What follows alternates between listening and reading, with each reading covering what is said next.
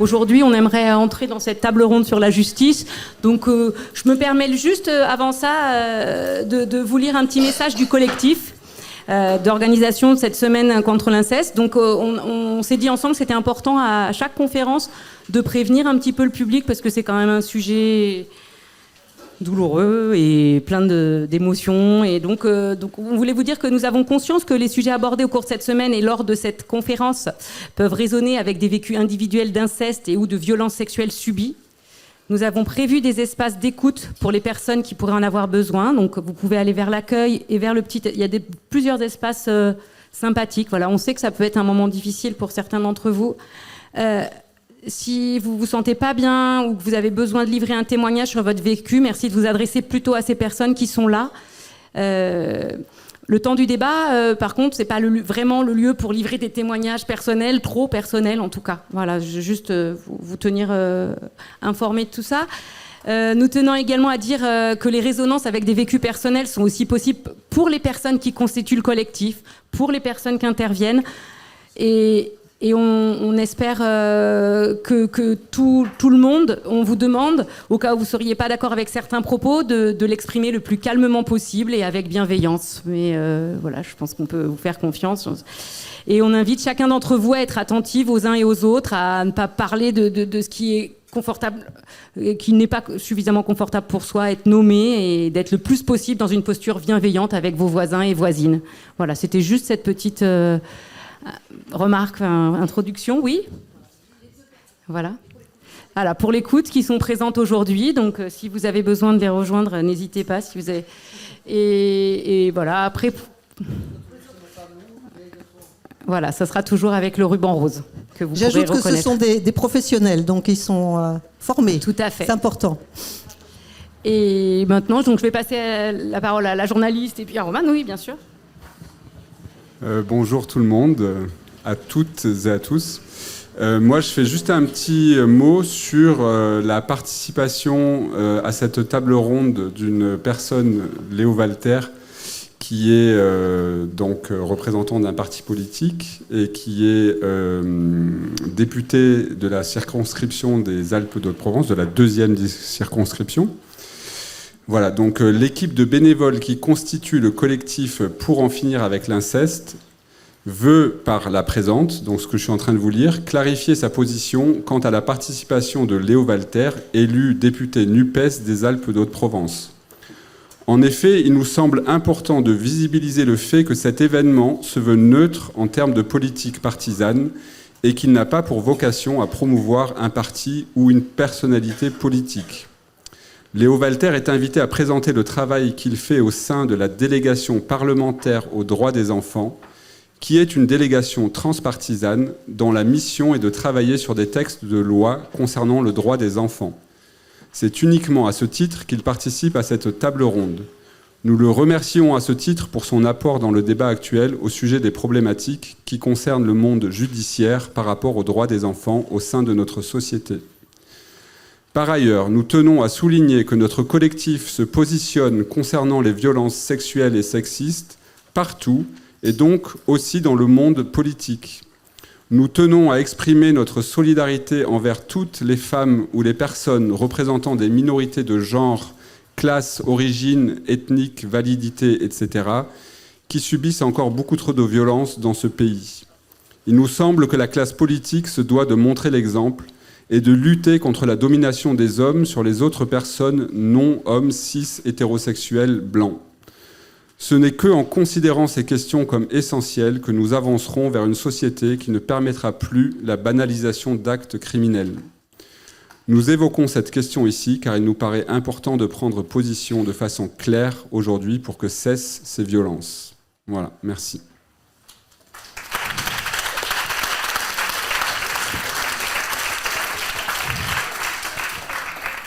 Merci beaucoup. Bien, donc maintenant on va entrer dans notre sujet qui est consacré à la réponse judiciaire, la réponse juridique à la question de l'inceste. Donc on a ici autour de la table 4 personnes qui sont déjà au courant de ces questions vraiment de façon à la fois intime, professionnelle ou politique. Donc je vais commencer par dire Eva Thomas qui est ici tout à fait à ma gauche. Eva Thomas est membre de la CIVIS, donc la commission indépendante contre l'inceste et les violences sexuelles faites aux enfants. On en reparlera au cours de cette discussion. La CIVIS est présidée par le juge Édouard Durand, qui devait venir, donc j'en profite pour l'excuser. Président de la CIVIS, il est actuellement... Bon, la CIVIS, c'est cette commission qui a été créée, dont l'objectif est surtout de recueillir la parole des enfants et des victimes. Or, il se trouve que la CIVIS est en train de mettre la dernière main à son rapport qui doit être rendu le 20 novembre à Paris, à la Maison de la Radio. Donc c'est évidemment un événement très important, d'autant qu'elle joue aussi son avenir. Il va être question de prolonger son mandat. Et donc ça explique en partie pourquoi le juge Édouard Durand, qu'on voit beaucoup ces derniers temps, qui s'est beaucoup positionné dans les médias, n'a pas pu venir aujourd'hui. Mais c'est voilà, on l'excuse évidemment parce qu'il a du pain sur la planche. Alors je présente les 4 personnes qui sont avec moi. Donc Eva Thomas est membre de la CIVIS, précisément, ma associée, et elle est la toute première à avoir témoigné dans les années 80 sur son expérience personnelle de l'inceste. Elle a notamment publié à cette époque-là, en 85, un bouquin qui s'appelle Le viol du silence et qui est ici. J'en profite ici pour vous dire qu'il y a une table avec tous les livres publiés, enfin tous, une grande partie des livres publiés sur ces questions grâce au partenariat avec la Carline, la librairie de Fort-Calquier. Benjamin Sayouz est là, il est à côté de moi, il est fondateur et directeur de l'Institut français de la justice restaurative. Il nous expliquera tout à l'heure de quoi il s'agit exactement. Anne Lassalle, qui est ici, tout à fait à droite, est avocate, elle est donc juriste. Elle travaille au barreau de Seine-Saint-Denis, à Bobigny. Et enfin, Léo Walter, à ma droite, est député des Alpes de Haute-Provence et membre de la délégation parlementaire aux droits des enfants. Voilà. Alors, je vais commencer. On va essayer de faire ça de façon assez vivante avec des questions pour que vous répondiez. Et puis, il y aura plusieurs occasions de prendre la parole, bien entendu. Et puis, dans un deuxième temps, il y aura ici, évidemment, un débat avec vous. Pour tous ceux et toutes celles qui veulent poser des questions, on aura un large temps de débat. Et ne vous inquiétez pas, on ne sera pas contraint. Et en plus, on a commencé à l'heure, ce qui est exceptionnel. Donc, on a du temps. Voilà. D'abord, Eva Thomas, vous avez, je disais à l'instant, vous avez été la toute première en France à témoigner de ce qui vous est arrivé. Donc, vous avez vécu l'inceste à l'âge de 15 ans. Vous avez écrit ce livre, Le viol du silence, et je crois que vous êtes en train de travailler à nouveau sur un projet pour reprendre un peu tous vos écrits et en faire à nouveau une nouvelle opportunité. Ces derniers temps, il y a quand même un coup de projecteur, on peut le dire, sur cette question de l'inceste dans les médias. Vous avez peut-être vu ou l'occasion de voir les films, le film d'Emmanuel Béard, le film sur la justice restaurative qui est passé à la télévision, puis des livres, surtout le livre de Camille Kouchner qui a été assez décisif sur cette question. Et donc, j'avais envie de vous demander, pour commencer, Eva Thomas, de nous dire dans le film d'Emmanuel Béard, donc il y a une chose moi qui m'a frappée, c'est qu'elle dit d'emblée qu'elle n'a pas voulu porter plainte. Donc là, on est vraiment dans le vif du sujet, la question juridique. Elle n'a pas voulu porter plainte parce qu'elle n'y croyait pas. Elle pensait que la justice ne pouvait pas être une réponse à son histoire. Qu'est-ce que vous en pensez de cette histoire ? Pourquoi est-ce que vous avez porté plainte ? Est-ce que vous comprenez les gens qui ne le font pas ? Et quelle est votre opinion sur cette question ? Alors, moi, je n'ai pas porté plainte parce que il y a la prescription qui a bougé une première fois en 1989, mais pas n'importe comment, à partir d'un procès qui a eu lieu à Saint-Brieuc, un procès en diffamation, où Claudine, une femme qui avait été agressée, était à une émission de télévision à côté de moi et d'autres. Je crois qu'on était 5 victimes à témoigner. Son père a porté plainte en diffamation parce que c'était interdit, en 1989, de parler d'un crime prescrit non jugé en public. Moi, j'avais fait ça depuis 3 ans ou 4 ans, mais je n'étais pas au courant qu'il y avait cette loi. Ça me semblait tellement invraisemblable qu'en tant que citoyenne française, je n'ai pas le droit de raconter mon histoire. Donc, je l'ai fait d'une façon innocente, mais d'une certaine façon, heureusement que je ne savais pas. Et je suis allée à ce procès en diffamation pour défendre Claudine et pour dire que c'est parler ou mourir, qu'on n'a pas d'autre sortie que le suicide. Donc, après ce procès, où tout était à l'envers, puisque le procureur défendait le violeur, et les accusés, au banc des accusés, il y avait Claudine et François de Closé, l'animateur de l'émission. Donc, ils ont été condamnés parce que la loi était comme ça.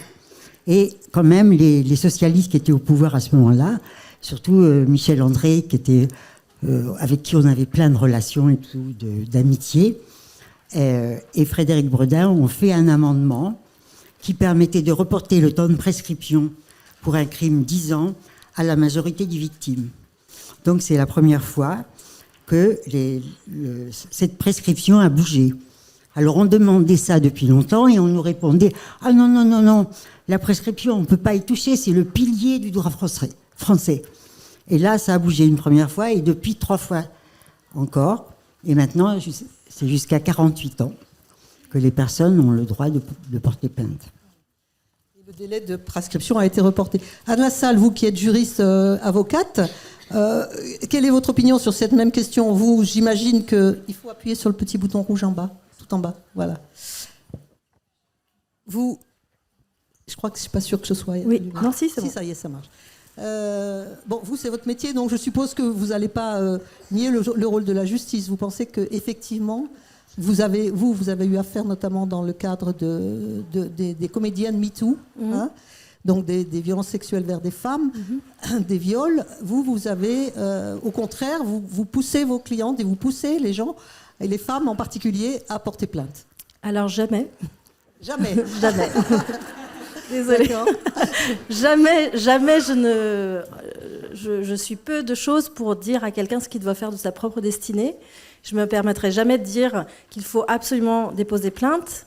Après, moi, je crois qu'il faut pousser la justice et qu'il faut que les victimes prennent toute leur place dans le système judiciaire pour enfin être entendues et que et la jurisprudence bouge et la loi bouge.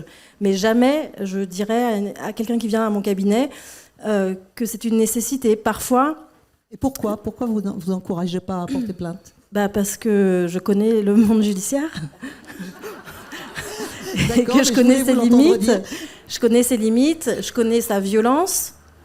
Et puis, je pense que ce n'est pas la seule réponse. Pardon ? Non, c'est bon. C'est pas la seule réponse, et je pense qu'un être humain qui a été agressé peut vouloir autre chose qu'une réponse judiciaire qui peut être imparfaite. On va y revenir sur l'imperfection du système judiciaire.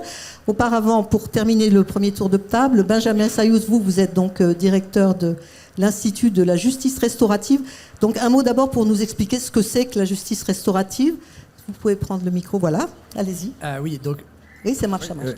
La justice restaurative, c'est vraiment notre rôle, c'est de permettre aux personnes victimes ou auteurs, et souvent victimes et auteurs, qui souhaitent s'engager dans une démarche de dialogue pour se dire les choses qu'elles ont à se dire, pour se poser des questions, espérer avoir des réponses, que nous, on peut les accompagner à sécuriser leur démarche, en fait. L'idée, c'est que des victimes, des auteurs ont souvent cette envie de dire des choses à l'auteur, parce que c'est aussi une question de reconnaissance de la part de l'auteur. Souvent des victimes qui ont participé à des mesures judiciaires, des procès, etc., ont le sentiment peut-être d'avoir été reconnus par la société, par la justice, mais pas toujours la possibilité d'échanger directement avec l'auteur, d'avoir cette reconnaissance, cette acceptation de l'acte d'un auteur qui assume les actes qu'il a pu commettre. Et donc, en justice restaurative, c'est un préalable. Il faut que l'auteur reconnaisse les faits. Il faut que les deux soient volontaires dans cette démarche. C'est entièrement confidentiel et il n'y a pas de contrepartie à la participation des uns et des autres. C'est pas parce que l'auteur s'engage dans ce processus qu'il va avoir un aménagement de peine ou une condamnation plus légère, etc.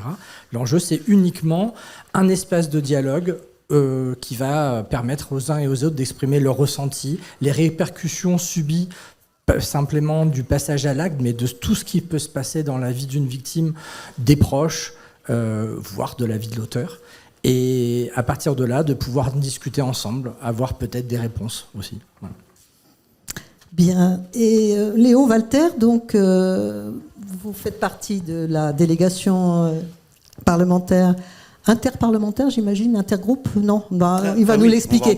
Sur les droits des enfants, on vient de commencer à dire que la réponse judiciaire était imparfaite, c'est le moins qu'on puisse dire.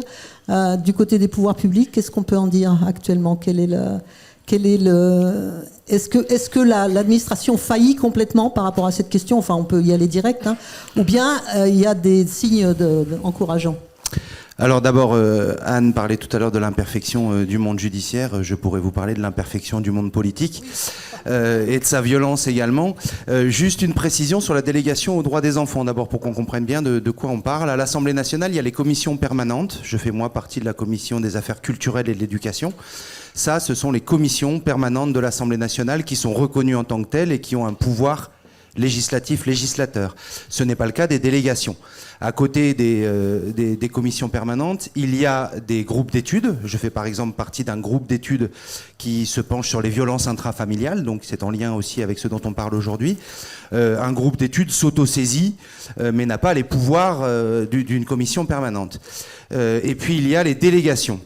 Alors on a obtenu en septembre 2022, aussi incroyable que cela puisse paraître, c'est tout neuf, ça a un tout petit peu plus d'1 an, la création d'une délégation aux droits des enfants au sein de l'Assemblée nationale. Cette délégation n'est pas une délégation parlementaire de plein droit pour une raison très simple, c'est qu'il n'y a pas de délégation parlementaire aux droits des enfants au Sénat. Or, pour qu'une délégation puisse être reconnue comme ayant les mêmes possibilité d'action ou quasiment qu'une commission permanente, il faut qu'elle existe dans les deux chambres. Il se trouve qu'il y a eu une proposition de loi qui a été faite au Sénat en 2019 qui a été rejetée et elle a de nouveau été présentée le 8 décembre 2022 et elle a de nouveau été rejetée. Donc il n'y a pas de délégation parlementaire aux droits des enfants au Sénat, il y en a une à l'Assemblée. Pourquoi je le souligne? Parce que vous parliez de cette question de la possibilité d'agir sur la loi elle-même, puisque c'est le travail des députés. Elle est pour le moment très limitée pour la délégation aux droits des enfants, dont les possibilités sont uniquement de créer des missions flash, qui n'ont pas du tout les possibilités ni les obligations pour les personnes auditionnées que mettent en place les commissions d'enquête, c'est très différent, ou d'auditionner en s'auto-saisissant d'un certain nombre de problèmes, des personnalités ou des chercheurs. Donc nous avons fait 20 réunions depuis la création de la délégation aux droits des enfants. C'est un petit peu frustrant parce que ça consiste beaucoup à faire des auditions qui peuvent être passionnantes, c'est pas la question, mais le pouvoir législatif qui va avec n'est toujours pas là pour le moment. On va y revenir, mais j'avais envie de demander à Eva Thomas, puisque j'ai dit tout à l'heure qu'il y avait quand même un coup de projecteur important sur la question de l'inceste et des violences sexuelles faites aux enfants en ce moment. Le fait que cette réunion-là, au sens large, ait lieu en milieu rural, vous qui êtes membre associé de la Civise, c'est quand même une grande première. Qu'est-ce que vous en pensez? Oui, c'est la première fois que je suis invitée en milieu rural, comme vous dites. Non, mais je pense que c'est intéressant que partout on se saisisse de ces questions-là, parce que c'est quelque chose qui concerne tous les citoyens. On sait maintenant qu'au moins 6 millions de personnes ont été agressés dans leur enfance. Bon, c'était complètement caché, tabou, etc. Depuis 37 ans, on se bat avec les associations pour essayer de faire bouger les choses. Et il y a des associations dans différentes régions de France, différentes, mais on travaille toutes dans le même sens, à savoir essayer de protéger mieux les enfants. Et en fait, les enfants n'intéressent pas les politiques, ils votent pas, donc je pense que c'est évident, quoi. Et moi, pour avoir fait beaucoup de voyages au Sénat et à l'Assemblée nationale pour rencontrer des députés, des parlements et des sénateurs, pour essayer, avant 2021, il n'y avait aucune loi qui disait que un enfant ne peut pas consentir à son viol. C'était évident que cette histoire de consentement, c'était une aberration. Allez essayer de convaincre les sénateurs en particulier, qui ont un certain âge, qui sont de ma génération, que c'est... Voilà, et que c'est... Mais tout fonctionne, ils répondaient, mais vous voyez bien, il y a des procès, il n'y a pas de problème, où est-ce que vous voyez un problème? Voilà. Et donc, c'est très fatigant. de se battre comme ça contre des gens qui sont dans le déni, qui veulent rien entendre, qui vous écoutent et puis après qui font rien. Voilà ce que je peux vous dire. Sur les aspects particuliers de la réponse, Anne Assad, de la réponse judiciaire, il y a tout un tas évidemment de questions techniques sur la longueur des instructions, entre le moment où le dépôt de la plainte est fait et le moment où c'est jugé. Bon, évidemment, c'est long. Après, il y a la parole des enfants. Comment les croire, comment les écouter. Bon, il y a tout un tas de problèmes qui se posent. C'est vrai que c'est compliqué. Mais est-ce que c'est une question de formation des magistrats? Qu'est-ce qui peut être amélioré? Parce que l'insuffisance, bon, ça y est, c'est clair, hein, c'est net. Donc, comment est-ce qu'on peut faire mieux? Comment on peut faire mieux? C'est évidemment à travers la formation, mais là où moi je suis assez... en fait, on est comme pour le mouvement MeToo, je pense, dans un système de balancier. Avec, moi j'ai des moments où je me réjouis parce que je me dis, ah là là, ce juge d'instruction-là, il entend différemment de ce que j'ai pu connaître avant. Il a une écoute bienveillante et non suspicieuse, ce qui est la base en fait pour qu'un enfant parle. Moi j'ai déjà vu dans des procès-verbaux de policiers, attention, hein, avant même que l'enfant parle, attention, hein, tu n'as pas le droit de mentir, hein, tu sais c'est très grave de mentir, hein, il faut que tu respectes ton père et ta mère. Donc évidemment quand on commence comme ça une discussion, ça laisse pas beaucoup de marge de confiance pour pouvoir parler. Donc à certains moments, je trouve surtout chez les juges d'instruction qu'il y a une évolution positive. Et à d'autres moments, je suis absolument glacée par un policier. Alors c'est pas que les policiers, hein, mais il n'y a pas longtemps, j'étais à Trappes, je crois, pour une jeune fille qui dénonçait un viol qu'elle avait subi mineur et où très clairement, à peine avions-nous posé nos fesses sur la chaise que je savais que ça allait terminer aux oubliettes et qu'il n'avait aucune envie d'entendre ce que cette jeune fille disait et qu'il avait considéré que c'était la parole de l'un contre celle de l'autre et que voilà, basta, c'était terminé. Là où moi j'ai aussi beaucoup de mal, parce que je pense que sur la chaîne pénale, on est en train de s'améliorer sur la formation. Mais ce sur quoi je voulais insister, je le dis tout de suite pour ne pas l'oublier, c'est que là où je pense qu'il y a beaucoup de difficultés, et là la formation des jeunes magistrats est très inquiétante parce qu'ils sont censés, d'ailleurs le juge Durand je crois va à l'ENM pour des formations. École nationale de la magistrature. Voilà, l'école de la magistrature à Bordeaux et à Paris. Donc ils sont censés être plus alertes parce que plus jeunes. Et en fait, là, dernièrement, je discutais encore hier, quand je préparais 2-3 trucs intéressants à vous dire, avec une consoeur qui est une copine qui me demandait comment elle pouvait faire dans une situation parce que une jeune magistrate, alors que l'enfant a dénoncé des faits de la part de son père à sa mère et que la mère, du coup, saisit le juge, demande une enquête sociale, demande la suspension des droits du père le temps de cette enquête sociale. Et la juge dit non, il est important de maintenir le lien. Donc un week-end sur 2, la moitié des vacances, basta. Et on se disait comment on peut faire. Et elle me disait cette magistrate est toute jeune. On était stupéfaites qu'il y ait si peu de précautions. Et j'écoutais un podcast là sur LSD de France Culture où justement c'était Édouard Durand qui parlait, qui disait qu'il y avait 2 principes fondamentaux dans la justice. Enfin un principe fondamental dans la justice qu'on nous sort à toutes les sauces. C'est la fameuse présomption d'innocence. Moi, je suis avocate, évidemment, je suis respectueuse de ce principe, qui est un principe démocratique fondamental. Néanmoins, il expliquait qu'il fallait le mettre en balance avec un autre principe, qui est la protection de l'enfance. Et ce qu'il regrette, ce que je regrette, ce que tous les professionnels de l'enfance regrettent, c'est que la protection de l'enfance passe toujours à la trappe vis-à-vis de ce principe qui protège l'adulte, qui protège celui qui a agressé. Et peut-être, tu voulais réagir, peut-être, non Benjamin Saou, sinon, sur la justice restaurative, on imagine quand même que c'est encore j'allais dire une activité de niche, ça veut dire très, très particulière, parce que c'est pas évident quand même de confronter la victime avec son prédateur ou son abuseur, quoi.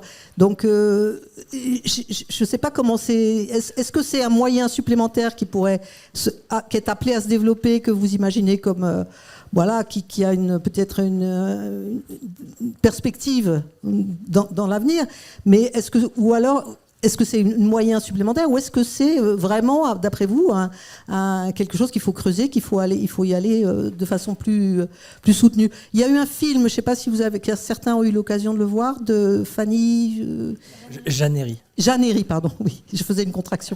Jeannery et... je verrai toujours vos visages. Voilà. Donc, qui est passé à la télévision. Moi, je n'ai pas pu le voir, malheureusement. Cinéma. Au cinéma. Ah, c'est pas à la télévision? Non, c'est au cinéma. Ah non, c'est celui d'Emmanuel Béard qui est passé à la télévision. Ça va passer bientôt à la télé, mais pour l'instant, c'était au cinéma. Donc, qui est assez fascinant, parce qu'on voit effectivement cette confrontation avec des médiateurs, bien sûr. Hein. Mais est-ce que vous pensez que c'est une activité supplémentaire de la justice traditionnelle, on va dire, ou est-ce que c'est vraiment quelque chose qui peut marcher au fond? C'est pas évident, hein, cette question. Alors oui, je pense effectivement que ça doit aller au-delà, parce que sinon on ne ferait pas ce qu'on fait. Mais alors déjà, peut-être précision, c'est pas dans une logique de confrontation en fait, hein, parce que la confrontation, souvent, ça fait écho à des choses que pendant l'enquête les victimes peuvent vivre et qui n'est pas toujours un moment facile, enfin jamais un moment facile, et pas très bien préparé. Donc nous, vraiment, la logique, c'est de se dire, il y a la justice pénale, et ça c'est important, etc. On est de plus dans une logique de complémentarité, c'est-à-dire les personnes victimes, lorsqu'elles s'engagent dans une procédure pénale, elles déposent plainte, etc., c'est un processus qui va être assez compliqué, où d'ailleurs on sait qu'elles ont sur des sujets de violence sexuelle, inceste, etc., on sait qu'il y a très peu de situations qui vont effectivement être reconnues, jugées, etc. Il va souvent y avoir des classements sans suite, des non-lieux, etc.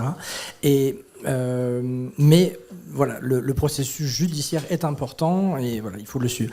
Mais d'un autre côté, on veut créer un espace supplémentaire, en fait. Quelque chose qui va venir amener peut-être une réponse un peu différente, qui va permettre aux personnes d'être au cœur du processus. Dans la justice pénale, les victimes, les auteurs sont représentés par des avocats, c'est important, je ne dis pas le contraire, mais la décision, elle est prise par des juges, etc., et tout est très juridique. C'est un espace, finalement, où beaucoup de personnes nous disent qu'ils ne comprennent pas ce qui se passe, qui se fait sans elles, souvent. Et la justice restaurative vise au contraire à prendre le contre-pied de ça, d'amener, au contraire, les personnes à être dans une posture d'acteur. Ce sont les victimes qui font la démarche, qui posent des questions, qui vont et c'est les auteurs qui vont répondre directement. Et ça, c'est quelque chose qui ne se voit pas ailleurs, en fait. Donc c'est pour ça qu'on est convaincu que ça a du sens, parce que c'est aussi les personnes qui nous le disent. Nous, notre point de départ, c'est toujours la demande d'une victime ou d'un auteur, ça peut être aussi le cas, et ce sont ces attentes qui constituent pour nous le point de départ. Et après, on est dans un accompagnement au rythme des personnes. C'est pour ça que ça peut durer longtemps, ça peut aller très vite aussi si les personnes veulent aller vite. En fait, tout ça, ça va se faire au rythme de chacun. Moi, j'ai une question, pardon. Oui, allez-y, mais bien sûr, on est là pour ça. Justice restaurative, en matière d'inceste, il s'agit de restaurer quoi ? Ah ben c'est aux personnes de le dire. Moi, j'ai une question supplémentaire. Je trouve, à mon oreille, ça sonne un peu comme une démarche de pardon. Non, pas du tout. Ce qui m'évoque quelque chose d'un peu religieux, mais bon. Non, enfin, c'est en fait... C'est pour répondre à votre question, c'est aux personnes de dire ce qu'elles attendent. En fait, nous, on n'est pas là pour leur dire ce qu'elles doivent dire ou attendre. On est juste là pour sécuriser leur démarche. À la base, elles veulent pouvoir parler à l'auteur ou parler à d'autres auteurs, pas forcément l'auteur dont elles ont subi des actes, mais directement à l'auteur ou à d'autres auteurs de faits similaires avec d'autres victimes. Et nous, on est juste là pour les accompagner. Après, c'est pas une question de pardon. En tout cas, ça ne vient. Cette idée de pardon ou de réconciliation, elle peut arriver. Mais c'est la victime qui est dans cette démarche-là, c'est l'auteur qui va être dans cette démarche-là. C'est pas nous qui amenons cette dynamique-là. Nous, on est là juste pour dire, voilà, vous voulez dialoguer, on va vous accompagner pour que ça se passe bien et éviter que ça se fasse en dehors de tout accompagnement, parce que voilà, à la base, il y a des personnes. Nous, depuis qu'on parle de justice restaurative, on a eu plein de témoignages comme ça de personnes qui ont dit, moi j'ai essayé d'entrer en contact avec mon père, j'ai essayé d'être en contact avec mon frère ou avec l'auteur qui m'a violé, mais ça peut très mal se passer dans ces conditions. Hein. Il faut être accompagné. Léo, il y a une proposition de loi de... Je pourrais allez-y. rajouter une question. Il s'agit bien sûr d'auteurs qui ont révélé, qui ont dit que oui, j'ai violé. Pas d'auteurs qui nient. Ça, il faut le préciser parce que je crois que les gens imaginent. Sauf que moi j'ai un truc à dire quand même là-dessus, c'est que les reconnaissances, elles sont toujours parcellaires. Hein. Moi, j'ai rarement quelqu'un dans mes dossiers qui dit « Ouais, tout ce que tu dis, c'est vrai ». Il y a toujours un truc qui va... Et ça, cette petite note d'absence de reconnaissance, pour moi, elle ne permet pas... Donc, je pense qu'en matière d'infraction sexuelle et d'inceste, la justice restaurative me paraît difficile à envisager parce qu'il y a rarement une pleine et entière reconnaissance des auteurs. Alors, je ne peux pas répondre de façon absolue. Il n'y a pas de réponse absolue pour ça, puisque nous, encore une fois, ça dépend d'une victime, d'un auteur, hein, que ce soit. Donc, nous, notre enjeu, c'est... En fait, tout se passe dans une préparation individuelle de chacun. Et donc, on va travailler avec la personne victime sur ses attentes. Qu'est-ce qu'elle attend de ce processus ? Voir est-ce que ce processus peut y répondre ? Et aussi, nous, on se pose la question, est-ce que l'auteur peut y répondre ? On fait le même travail avec l'auteur aussi. Et c'est vrai qu'effectivement, le point de départ, c'est une reconnaissance des faits. Il faut que l'auteur assume ses actes. Après, effectivement, il peut y avoir une reconnaissance qui n'est que partielle. Mais d'un autre côté, il faut aussi que la victime et l'auteur soient d'accord sur les faits principaux. C'est-à-dire que si la victime, elle attend une reconnaissance sur quelque chose de bien particulier, je vais vous donner un exemple. Par exemple, on avait mis en place une médiation à la demande d'une personne victime qui était la mère de sa fille qui avait été violée par son père. La mère, le père avait violé sa fille dans le contexte où ils étaient en instance de divorce parce que il y avait des violences conjugales. L'auteur reconnaissait le viol de sa fille, donc l'inceste, mais ne reconnaissait pas les violences conjugales. Pour la victime, la mère, on en a beaucoup discuté avec elle, le fait qu'il y ait des violences conjugales n'était pas tellement quelque chose d'important pour elle que l'auteur la reconnaisse là-dessus. Sa démarche, c'était vraiment par rapport au viol de sa fille. Et donc, on a pu mettre en place une médiation restaurative sur la question du viol de sa fille, sans que soit totalement abordée la question des violences conjugales, qui peut-être se verra dans un second temps, mais l'auteur, lui, parce que l'auteur reconnaissait les violences conjugales, l'inceste. Si l'auteur, ne reconnaissant pas les violences conjugales, alors que la victime, elle, c'était aussi important qu'il la reconnaisse sur ces violences conjugales, on n'aurait pas fait la médiation. Cela me dépasse. Ce que vous venez de dire, que l'on peut obtenir une justice restaurative contre une maman et son mari dont elle est en instance de divorce qui a violé leur fille, cela me dépasse. C'est-à-dire ? Bon, on va y revenir, hein, parce que il faut préciser un petit peu peut-être la question. Je voulais avant demander à Léo, il paraît qu'il y a une proposition de loi qui est actuellement en préparation, qui permettrait de retirer l'autorité parentale, ça c'est important, aux parents abuseurs, dans le cas d'une violence sur un enfant. Alors oui, désolé, je sens bien que la question de la justice restaurative soulève beaucoup de questions, mais on aura l'occasion de le faire ensuite au cours du débat. Je voudrais juste revenir un tout petit peu en arrière sur des propos qui ont été tenus, parce que je reconnais dans ce que vous disiez tout à l'heure, j'ai étudié l'exposé des motifs avant cette table ronde du rejet de la proposition de création d'une délégation aux droits des enfants au Sénat. C'est exactement ça qui apparaît dans l'exposé des motifs, c'est que tout fonctionne. C'est-à-dire ce qui est dit, c'est il y a suffisamment d'instances au sein du Sénat, il y a la commission aux affaires sociales, la commission aux lois, etc. Pourquoi est-ce qu'on ferait une délégation aux droits des enfants ? Ce qui est terrible à se dire, c'est que c'était le cas aussi de la délégation aux droits des femmes jusqu'en 2017. C'est-à-dire que c'est depuis 2017 seulement qu'il existe une délégation aux droits des femmes à l'Assemblée, elle existait auparavant au Sénat, et que donc c'est une délégation parlementaire de plein exercice. Donc il y a vraiment cette résistance-là qui est très claire. Allez, ça va, il y a des lieux pour en discuter, comme s'il n'y avait pas une nécessité de mettre la lumière sur un certain type de faits, et comme s'il n'y avait pas de spécificité à ces violences-là ou à ces droits-là quand ça s'applique aux femmes et aux enfants. Il y a vraiment ce vieux fond patriarcal, hein, qu'il faut quand même souligner, qui est peut-être encore... Sachant qu'au Sénat, c'est tous des vieux et que des mecs. Alors un tout petit peu moins depuis quelques années, mais c'est vrai que globalement, à la fois la moyenne d'âge et de genre n'est pas, ce sont des hommes vieux, et voilà. Bref, je voulais juste enchaîner sur... cela dit, je suis un homme et je deviens vieux. Mais bon, sur un autre point, et ça va aller avec votre question. Sur l'autorité parentale. Anne disait tout à l'heure, on a un problème avec la présomption d'innocence quand on parle justement de droits des enfants, ça s'oppose toujours aux droits des enfants.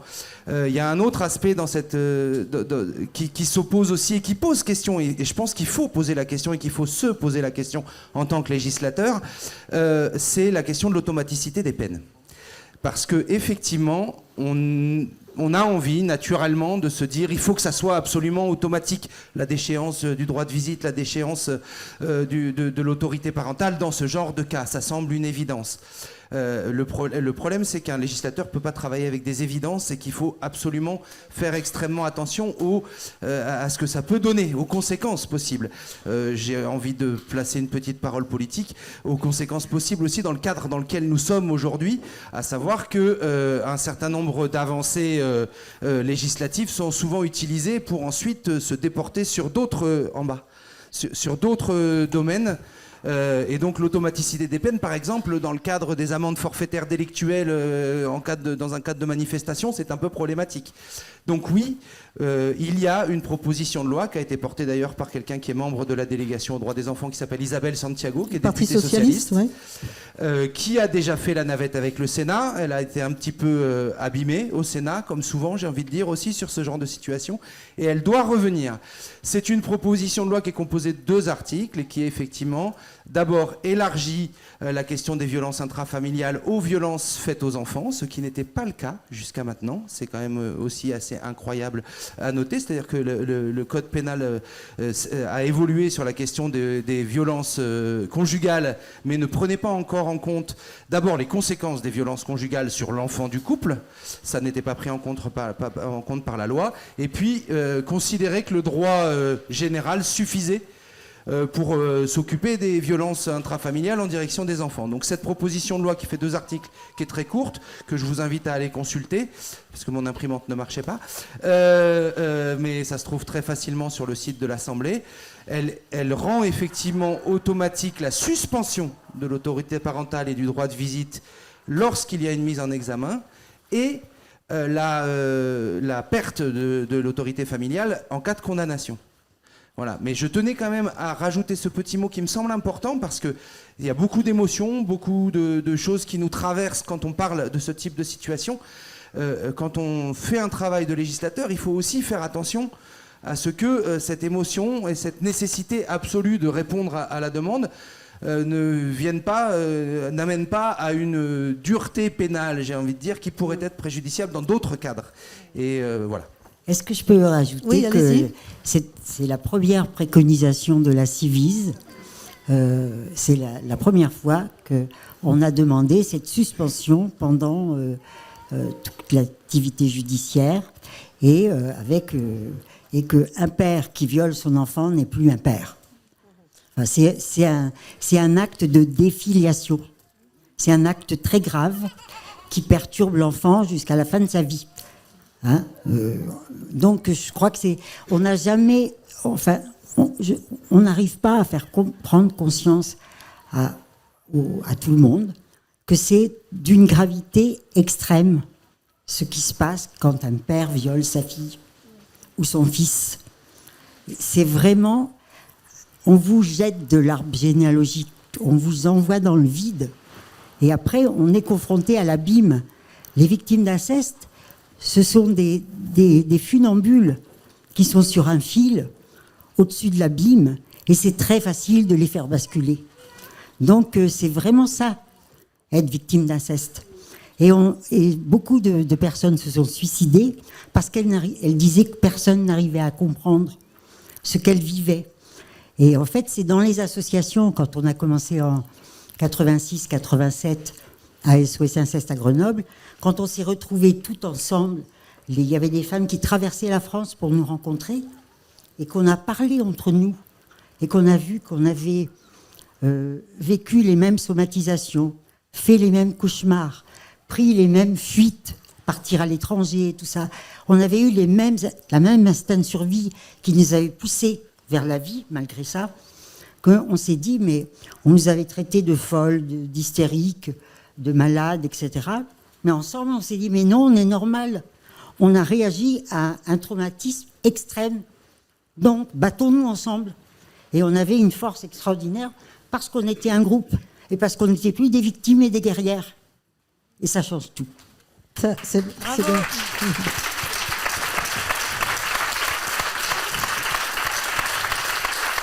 Moi, je voulais rebondir. Ça marche ? Il marche ? Ouais, ça marche. Je voulais rebondir sur ce que tu disais, Eva. Approchez un peu le micro. Oh, d'accord, ok. Et déjà, te remercier parce que c'était un autre temps et c'était tout essentiel, mais certainement très complexe. Je voulais revenir sur l'autorité parentale, sur ce que tu disais sur la non-automaticité des peines. Donc, je voudrais juste rappeler un petit truc juridique. C'est que l'autorité parentale, c'est pas... Il y a deux pendants. Il y a l'exercice de l'autorité parentale et le retrait de l'autorité parentale.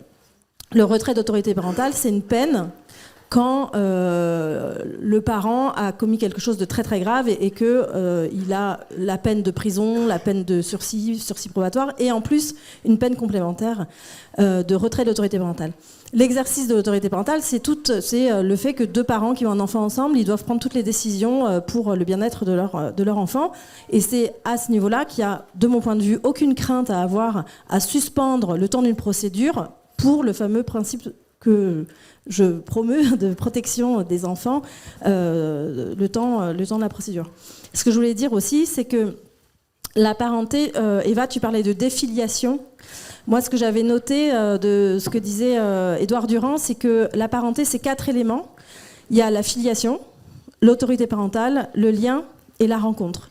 Et ce qu'il explique dans le cadre d'un inceste paternel, c'est que même si la filiation demeure, cela n'empêche pas de suspendre l'autorité parentale ou de réguler en tout cas l'autorité parentale et que parfois pour préserver le lien, il faut éviter la rencontre et que parfois il faut même aller plus loin et soutenir l'enfant pour mettre à distance justement le lien avec celui qui lui a fait tellement de mal que ce n'est plus possible. Et je crois qu'il faut être suffisamment courageux pour se dire que oui, parfois, il faut aller jusque-là et que c'est pas pour autant qu'on devienne une société autoritaire, non respectueuse des droits, mais que encore une fois, voilà, on a ce dont parle Eva, c'est de personnes funambules qui peuvent se donner la mort. Léo ? Oui, juste préciser que c'est justement le sens de cette proposition de loi. Et quand je disais qu'elle avait été abîmée au Sénat, c'est qu'ils ont reculé sur cet objectif-là. Mais quand je parlais d'automaticité des peines tout à l'heure, je disais juste qu'il y avait une précaution à prendre par rapport à ça, mais qu'effectivement, cette précaution-là est très souvent utilisée pour ne pas aller dans le sens du droit des enfants, de la même manière que la présomption d'innocence dans les affaires de viol, au-delà des affaires d'inceste, est très souvent utilisée pour protéger l'agresseur et non pas l'agressé. Et dans ce que vous disiez, Eva, ce qui me semble très important, c'est aussi de noter que si ça a tant de mal à avancer sur la question du droit des enfants, et en particulier dans ce cadre-là, c'est aussi parce que celles qui portent ça sont des femmes, et celles qui subissent sont très souvent des femmes, et nous sommes encore dans un monde où on n'écoute pas les femmes. Vous avez parlé d'hystérique, voilà, c'est un adjectif qui revient très régulièrement, par exemple dans nos débats à l'Assemblée. Aujourd'hui, c'est plus hystérique. Le nouveau mot à la mode, c'est histrionique. Sachez-le. Histrionne. Les experts, il y a un grand... Je ne sais pas si vous avez vu un article dans Mediapart il n'y a pas longtemps, très intéressant sur la question des experts, parce qu'il y a plusieurs experts qui... notamment un dans les dossiers dont je m'occupe MeToo, donc c'est pas incestuel, mais c'est des violences sexuelles dans le cadre dans le monde du théâtre, et un expert qui fait des copier-coller sur toutes ces expertises de jeunes femmes comédiennes en disant qu'elles sont histrioniques, en disant donc voilà, sachez-le, c'est histrionique. C'est histrionne. Histrionique. Histrionique. Oh là là là là. Bah, c'est le nouveau mot d'hystérique. C'est juste hystérique, c'est devenu un peu old school, donc. Eva, vous disiez, quand on échangeait un peu avant cette discussion, après on va ouvrir le débat, hein, je vous le dis tout de suite, parce que certaines doivent être impatientes. Vous disiez que c'était vraiment une question de droit, c'est pour ça que j'insiste. Oui. C'est notre sujet, là, cette table ronde.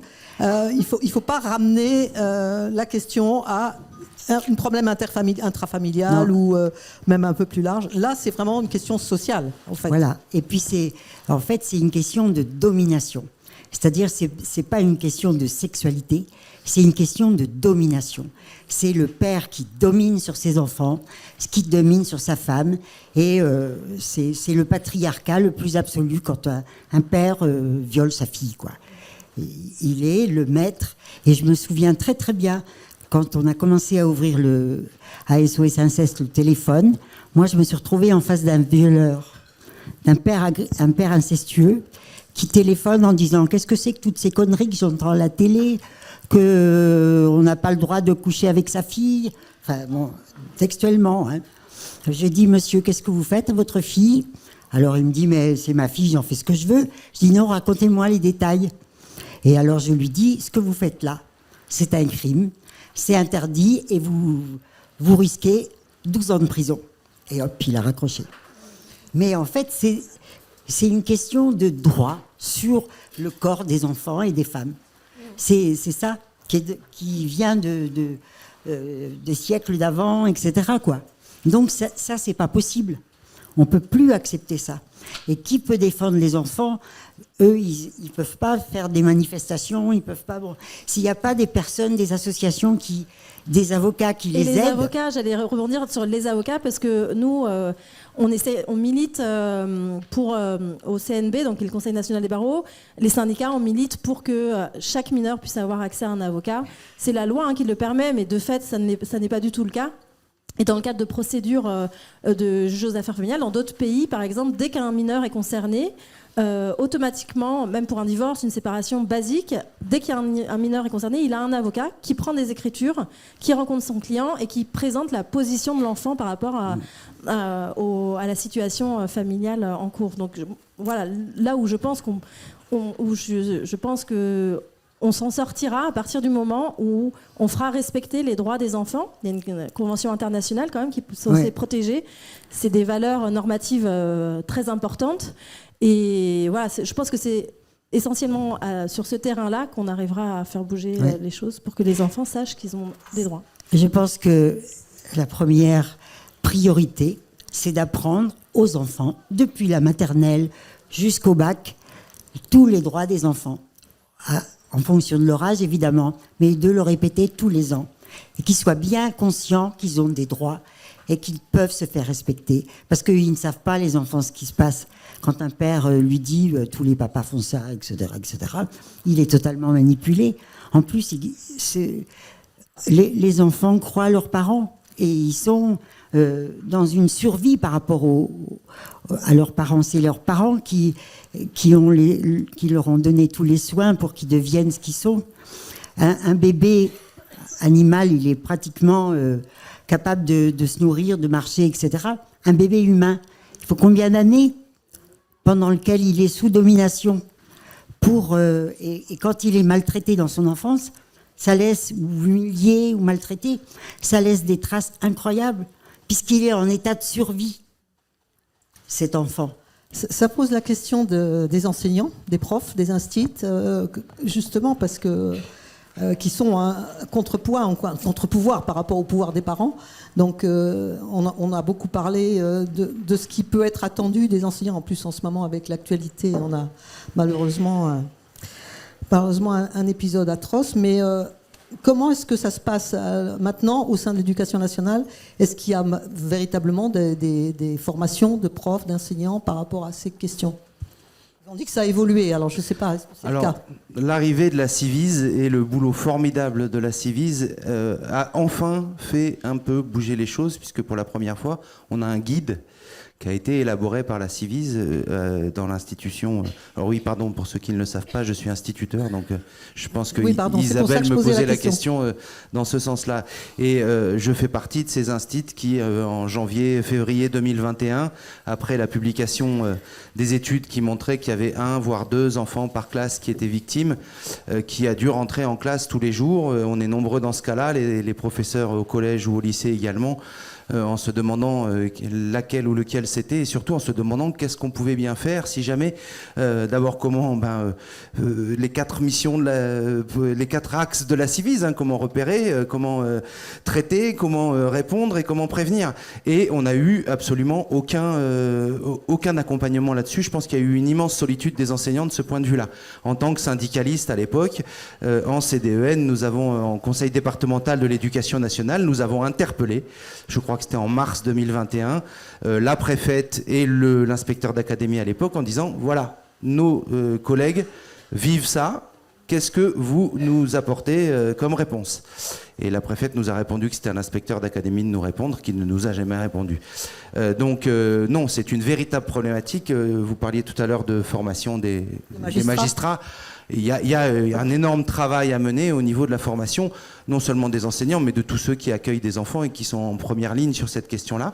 Ça bouge un peu. Le guide de la Civise, que je vous invite à aller consulter si vous ne le connaissez pas, je trouve est un travail formidable.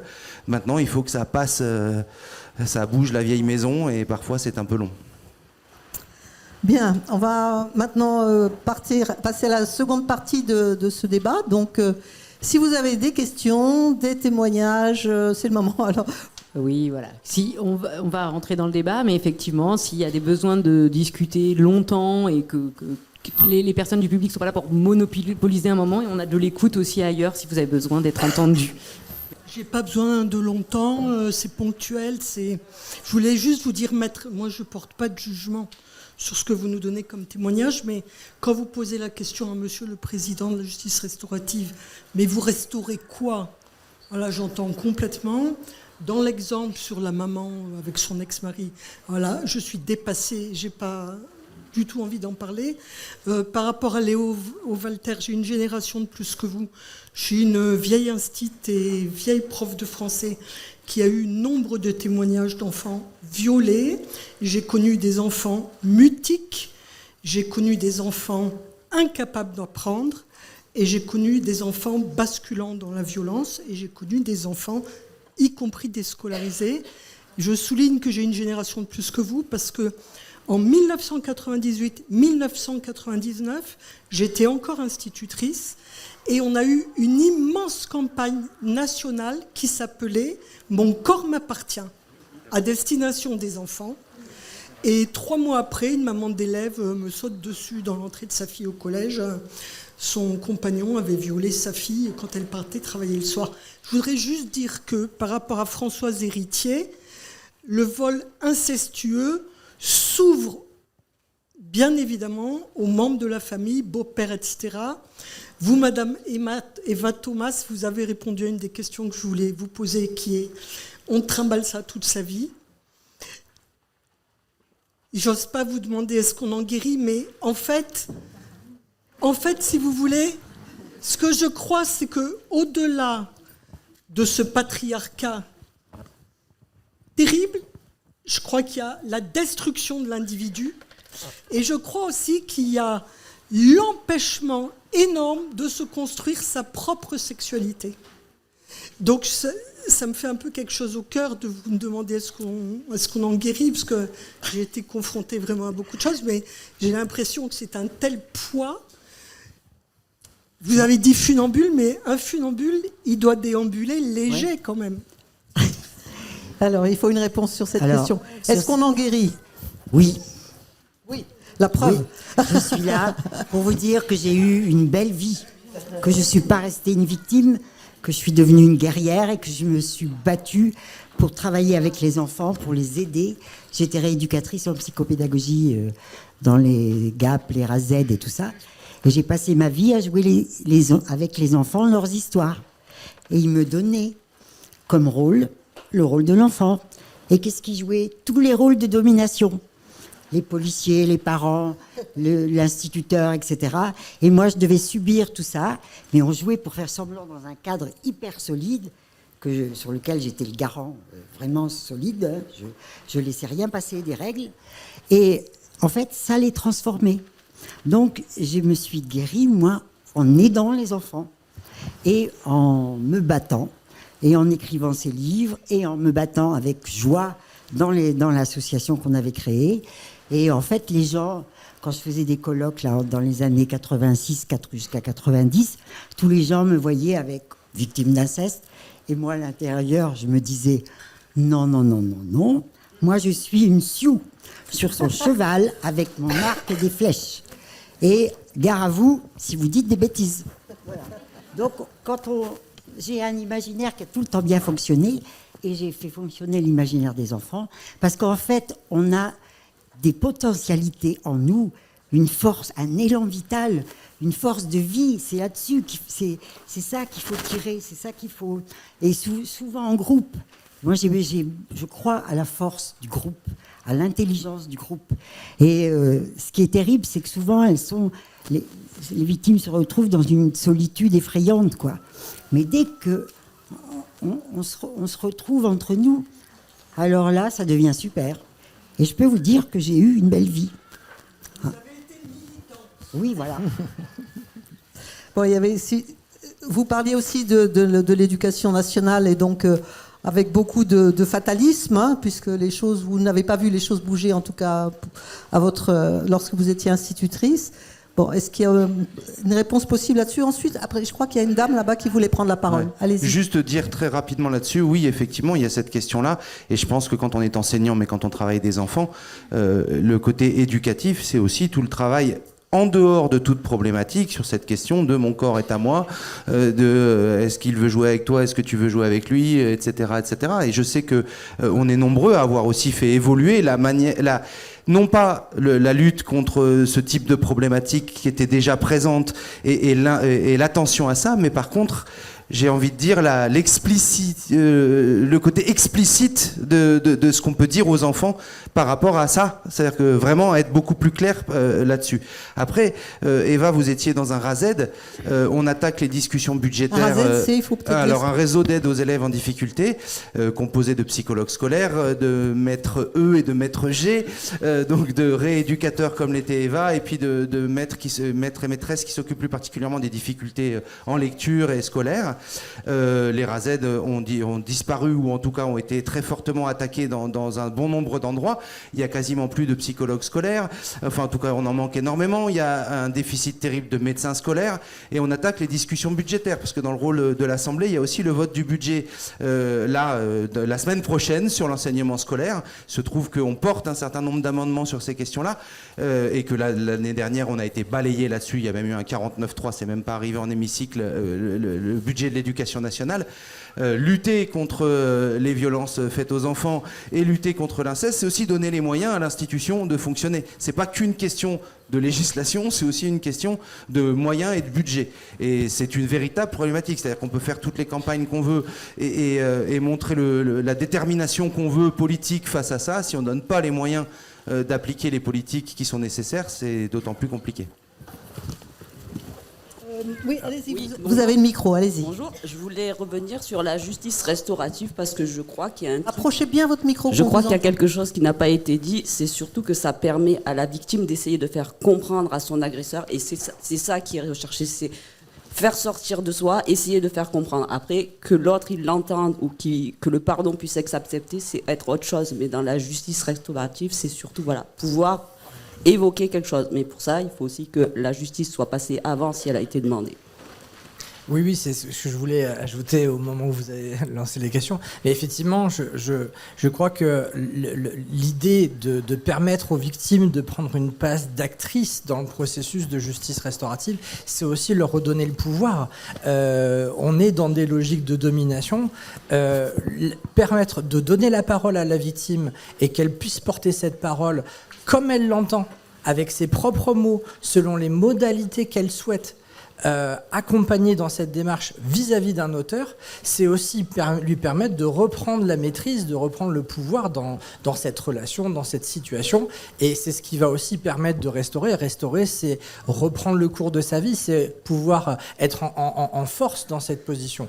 Et de l'autre côté, c'est cette parole de la victime qui va exprimer tout son vécu, toutes les répercussions qu'elle a pu subir, et qui va aider aussi l'auteur à prendre pleinement conscience. On parlait du fait qu'il n'y avait pas de reconnaissance totale, et effectivement, c'est jamais le cas. Il assume peut-être les actes, mais d'un autre côté, il n'envisage pas tout ce que ça a pu impliquer pour la personne, parce que personne n'a pu avoir cette espèce de dialogue. Donc c'est lorsqu'une victime, dans le concret, dans cette relation, qui explique à quel point ce qu'elle a pu souffrir, que là, il y a une vraie prise de conscience. Mais moi, ce qui me dérange là-dedans, je suis désolée, j'entends très bien ce que tu dis, mais ce qui me dérange, c'est que c'est une façon aussi de responsabiliser la victime de la situation. Enfin, je trouve que c'est... Il y a d'autres choses plus urgentes à faire pour une victime que de prendre... la responsabilité de faire comprendre à celui qui l'a agressé. Non, c'est pas. Enfin, si je peux me permettre, c'est pas ça l'idée. C'est que ce sont les victimes qui souhaitent ça. Une des motivations premières des victimes qui s'engagent dans un processus de justice restaurative, c'est bien sûr de pouvoir dire des choses à l'auteur, mais c'est dire des choses pour que ça provoque quelque chose chez lui, qu'il recommence pas de se dire moi ça m'est arrivé, mais je veux pas que ça arrive à d'autres, que ce soit d'autres victimes du même agresseur ou mais il y a déjà eu ça dans le cadre de l'enquête, de l'instruction, de l'audience. Il y a déjà. Elles n'ont pas pu le faire elles. Elles n'ont pas pu le faire elles. Si, parce qu'il y a les situations. Il y a l'auteur entend à plusieurs reprises ce que la victime a vécu. La victime dit ce qu'elle a à dire à la barre. Mais dans un contexte où c'est difficile. On va pas y arriver là. Mais je comprends votre position sur le fait que c'est un moyen supplémentaire et que ça peut pas être la solution miracle, bien évidemment. Mais je crois que là-dessus on est d'accord, plus ou moins. Oui, allez-y. Sinon, il y a une demande là par là. Oui. Alors d'abord là, allez-y. Ça va être rapide. Alors merci pour toutes vos interventions. Il y a quelque chose juste qui m'avait interpellée, aussi pour la justice restaurative, mais vous aviez cité que c'était la mère qui avait fait la demande pour sa fille. Et sur le moment, je me suis demandé comment ça s'était passé parce que ça m'avait paru bizarre. Non, j'étais pas clair. Là, elle faisait la demande pour elle-même. Hein. Encore une fois, il n'y a pas de représentation là. Mais elle était victime aussi dans cette position en tant que mère qui accompagne une fille qui est en souffrance. Et donc elle, pour sa victimisation à elle, elle entrait dans une démarche de dialogue vis-à-vis de l'auteur de ces actes. Voilà. Et peut-être plus tard, si sa fille le souhaite, elle engagera un processus pour elle-même. Voilà. Mais c'était pas du tout dans l'optique de représenter sa fille ou quoi que ce soit. Voilà. Allez-y, là, vous avez un micro. Oui, bonjour tout le monde. J'ai envie de dire d'abord, la société, effectivement, tout le monde convient qu'elle n'entend pas beaucoup, la justice non plus, les institutions pas vraiment, les thérapeutes pas forcément. Moi, je voudrais d'abord dire merci énormément à Eva Thomas et à tous ceux qui écrivent et à tous ceux qui témoignent et toutes celles et ceux qui osent parler, parce que honnêtement, en tant que victime, c'est d'abord ça qui aide. Après vient peut-être la justice, peut-être les soignants. La justice, après, il y a une question, c'est que moi, sur mon parcours, déjà, il y a l'aspect aussi dans le parcours des victimes, on le sait très bien. Avant qu'elles parlent, c'est long. Des fois, c'est dépasser le temps où on peut avoir la justice. Donc, quid de la justice quand c'est trop tard? Et puis, il y a en fait comment dire ça? Quand c'est trop tard et sur mon parcours, c'est non seulement c'est trop tard, mais moi, mon ancesteur, il est mort. Et puis après, on sait très bien dans le parcours des victimes, il y a de la survictimation. Donc, c'est-à-dire qu'en fait, on se refait malmener. Moi, en l'occurrence, je me suis refait malmener dans un pays étranger avec des inconnus. Donc, au final, la justice, malheureusement pour moi, elle n'a pas été là. Donc, aujourd'hui, avec le parcours que j'ai, avec L'infernal parcours de soins aussi, ça il faut le dire, parce que même si la société n'entend pas, moi je revendique et je dis haut et fort que les soignants n'entendent pas et n'entendent toujours pas, et qu'il faut les agiter, les harceler même presque, pour qu'ils se mettent au boulot. Donc ça c'est une question. Mais après c'est en fait, quand on arrive sur le parcours et qu'on a fait plein d'étapes, qu'on a été là, on a avancé, et merci aussi beaucoup à la Civis, parce que moi je le vois avec d'autres femmes que j'ai rencontrées, ça nous aide, parce qu'effectivement il y a un espace public qui entend enfin et qui accepte d'entendre les cris, les pleurs, la violence vécue. Donc ça c'est super important. Par contre, moi j'en suis à un moment où je ne me sens plus victime, je me sens citoyenne. Donc, moi, je suis professionnelle de santé, je ne peux plus exercer actuellement, mais je me mobilise là-dessus. Mais aussi, en tant que victime, je cherche des pistes. Je cherche des pistes d'un endroit où je peux dire, mais pas en tant que la victime qui veut dire, et là j'arrive à la justice restaurative, c'est que moi, depuis 6 mois, je demande la justice restaurative. Parce que sur mon parcours, j'ai fait des démarches au niveau de la justice, même à l'étranger. J'ai eu une petite forme de réponse, mais ça ne me suffit pas. Donc, chaque étape qu'on fait, en fait, on a un besoin nouveau. Et là, depuis 6 mois, moi, très bien, dans le discours, on peut dire il y a la justice restaurative, c'est un droit. Depuis 6 mois, en fait, je suis quoi ? Je suis de nouveau baladée, j'attends. Et c'est des fois, on se réveille la nuit, on y pense, on téléphone le lendemain, est-ce que j'ai une réponse ? Et puis moi, par rapport à l'inceste, cette question de la victime face à son agresseur, avec même pas la société qui est représentée, non mais c'est une honte. Dans le film aussi qui a été fait, la situation de la victime devant son auteur, mais devant son frère, mais c'est un peu n'importe quoi. Moi, j'ai demandé, en fait, d'être face à des agresseurs. Et c'est pas juste en tant que victime. J'ai envie, en tant que citoyenne, de parler en direct, d'affronter clairement les auteurs, au sens large. Voilà où j'en suis. Et là, j'ai pas de réponse. En fait, j'ai une réponse. Ça fait 4 fois que je rappelle. Ça fait 4 fois, je finis par appeler la responsable de la région qui me dit oui, blablabla, machin, oui, peut-être, si, vous êtes sur le début de la liste, oui, mais en fait. Et combien il y en a de groupes, dites-le réellement, de groupes de victimes par an en France, dites-le le chiffre. Pardon, c'était long, mais il y a une colère parce que c'est des années et des années, et que derrière moi, je parle aussi pour des tas de victimes. Il y en a qui en crèvent, il y en a qui prennent des médicaments, il y a des institutions qui reçoivent des femmes ou des hommes qui ne sont pas soignés ou mal soignés, où on minimise aussi leurs troubles, ça suffit. Et merci Bruno Clavier d'avoir écrit un bouquin là-dessus. Pour répondre à votre question, effectivement, il n'y en a pas beaucoup. Je suis tout à fait d'accord avec vous. L'année dernière, on a pu mettre en place 200 médiations restauratives, enfin un peu moins de 200 médiations restauratives sur l'ensemble du territoire, et seulement quelques groupes, parce que malheureusement, on manque de moyens. On manque cruellement de moyens. La plupart des professionnels qui mettent en place ces dispositifs-là le font avec, la plupart du temps, sur un temps bénévole, en fait. Actuellement, y a des financements pour des associations d'aide aux victimes pour mettre en place ces dispositifs-là, mais ça représente 400 000 € pour l'ensemble du territoire national.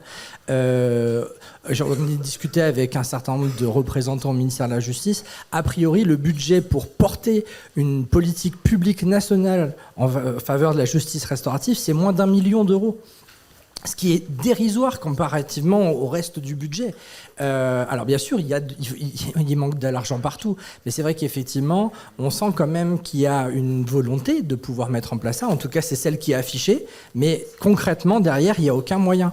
Alors effectivement, ça conduit à ce qu'il y ait très peu de disponibilité, et c'est vrai que, notamment depuis le film, en fait, là où il y a des programmes qui étaient disponibles, en fait, ils sont en surcharge.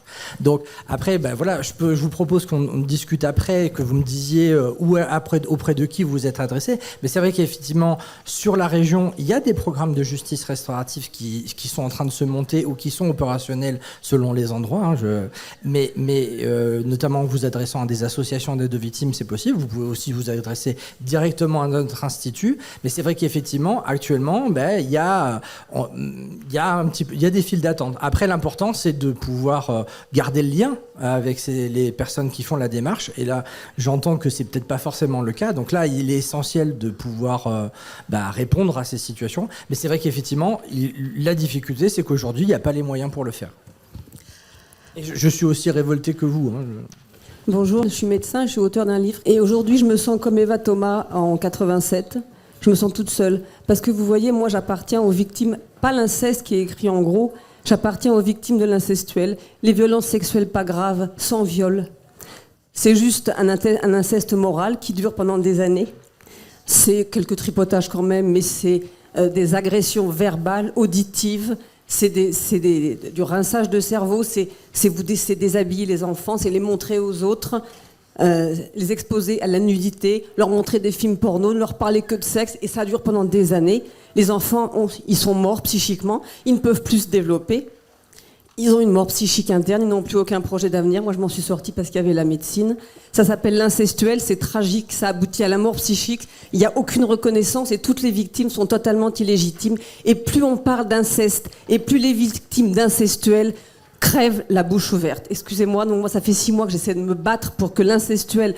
J'en suis pas à réclamer de la justice. Je voudrais juste que toutes les femmes et hommes qui ont vécu de l'incestuel et qui sont ravagés psychiquement, qui s'en sont pas sortis ou qui se sont suicidés, aient au moins un mot sur leur mal. Vous avez vécu l'incestuel, c'est une violence sexuelle gravissime, ça aboutit à la mort psychique, et au moins elles sortent la tête du sac avec une étiquette sur la tête. Oui, je n'ai pas rêvé, j'ai bien vécu quelque chose de dramatique. Et je me bats depuis 6 mois, juste pour que le mot incestuel soit connu. J'ai même fait une chanson qui montre ce que c'est que l'incestuel. L'incestuel, c'est des enfants qui n'ont aucune place. Ils n'ont pas de monde d'enfants. Ils vivent dans un monde d'adultes. Ils sont soit totalement déconsidérés, regardés comme des merdes sous la table. Et si on les sort de sous la table, c'est pour les déshabiller, leur parler de sexe, se faire valoir. Et on les considère comme des adultes et on fait avec eux comme on fait avec des adultes. Mais la seule chose qu'on ne fait pas, c'est qu'il n'y a pas de viol, il n'y a pas de passage à l'acte physique. Et donc, de quoi se plaint-on en fait? Mais ça dure des années. Et donc, moi, mon combat, c'est ça. Et Eva Thomas, je me sens toute seule parce qu'effectivement, j'ai rencontré quelques personnes qui ont vécu l'incestuel, mais pour l'instant, et je crois que c'est très fréquent, il y a actuellement environ 300 000 ou 400 000 libertins en France. Il y a des libertins, il faut le savoir, qui continuent de faire des soirées et des partous chez eux. Je n'ai rien contre le libertinage, chacun fait ce qu'il veut, j'ai une tolérance absolue. Personnellement, ça ne me choque même pas vu ce que j'ai vu, mais je trouve insupportable qu'en 2023, il y ait encore des couples qui font des soirées à 15 ou 20 ou 50 partouzeurs alors que les enfants dorment. Et c'est monnaie courante. Quant au naturisme, je ne vais pas épiloguer sur le naturisme. Je n'ai rien contre le naturisme, encore un coup. Je dirais juste 2 choses. C'est qu'une petite fille de 3 ans qui est dans un camp de naturistes, tout ce qu'elle a à la hauteur des yeux, ce sont des entrejambes. A-t-elle envie de voir ça? Peut-être que oui, mais peut-être que non. Faut-il lui demander si elle veut envie de voir ça? Et on la force à se déshabiller ou pas? Mais si on la force à se déshabiller, l'adulte a-t-il le droit de déshabiller de force une petite fille de 7 ans qui va se papaner toute l'après-midi devant des messieurs? Je ne veux pas attaquer les naturistes, je dis juste que certains naturistes, je répète, ne respectent pas le droit de leur enfant à garder à cacher leur intimité. Voilà, donc ça s'appelle l'incestuel. Vous avez dit que vous étiez, excuse-moi, vous avez dit que vous étiez médecin, ou oui, vous êtes médecin. Dans la pratique. Vous êtes médecin généraliste ou bien? Non, je suis, en fait, je peux vous le dire, je suis une des rares médecins en France. Je suis spécialiste de la médecine et de la chirurgie des ongles. Je suis la spécialiste française des ongles. Des ongles. Je suis médecin dermatologue spécialisé dans les ongles. En tout cas, vous avez fait état d'une... Personnellement, je suis mal informée parce que je ne connaissais pas ce qu'on appelle l'incestuel. C'est l'inceste moral, en fait. Ça veut dire là où il n'y a pas de passage à l'acte, mais il y a quand même un dégât quasi considérable envers les enfants. Moi, j'aimerais bien... Attendez, juste une Anna seconde, Salle. je suis désolée. Juste pour dire que concernant l'inceste... Pardon. Juste pour répondre à cette question de l'inceste à l'incestuel, on a essayé aussi un petit peu de le prendre en compte, et donc c'est à 17h30 jeudi 19. Vous êtes évidemment tous bienvenus. Juste aussi ce que ça soulève ici, quels que soient les témoignages qu'on a, c'est que c'est un problème de société, quoi. Et que je crois qu'en étant ici, on fait en sorte que la société prenne en main ce problème et qu'il ne reste pas individuel. Voilà, juste ça, c'est très important et c'est le projet principal de cette... Je vois plein de mains qui se lèvent, on vous donne la parole. Il y a un tour. Voilà, je vous apporte la parole dès que je peux et je laisse la parole à notre intervenante. Merci Estelle. C'est important. Donc il y a un rendez-vous, il faut le savoir. Dans le programme, reportez-vous au programme. Moi j'ignorais. Alors vous voyez, franchement, c'est important que ce soit dit. Anne, tu voulais... Oui, moi je voulais intervenir. Excusez-moi, madame. Il y aura des... Je vais vous redonner la parole, vous inquiétez pas, on a encore du temps. Je voulais rebondir sur ce que vous venez de dire sur l'incestuel et les violences morales. En fait, moi je suis un peu étonnée que vous disiez que c'était pas du tout entendu, parce que moi je le vois beaucoup dans mes dossiers, notamment les dossiers devant le juge des enfants, où l'enfance en danger, où il y a un signalement parce qu'il y a des attitudes soit très sexualisées des enfants, et que, en fait, je rebondis aussi sur ce que tu disais sur... Sur l'éducation nationale. Moi je constate quand même un nombre d'informations préoccupantes qui est quand même beaucoup plus important. Donc le seul problème, le problème que je vois tout à fait dans ce que vous dites, c'est que en fait c'est toujours un problème de preuve, c'est-à-dire que c'est la quadrature du cercle de prouver des choses qui sont non visibles, et d'autant plus sur des problèmes d'abus psychiques par absence de respect de la dignité du corps des enfants.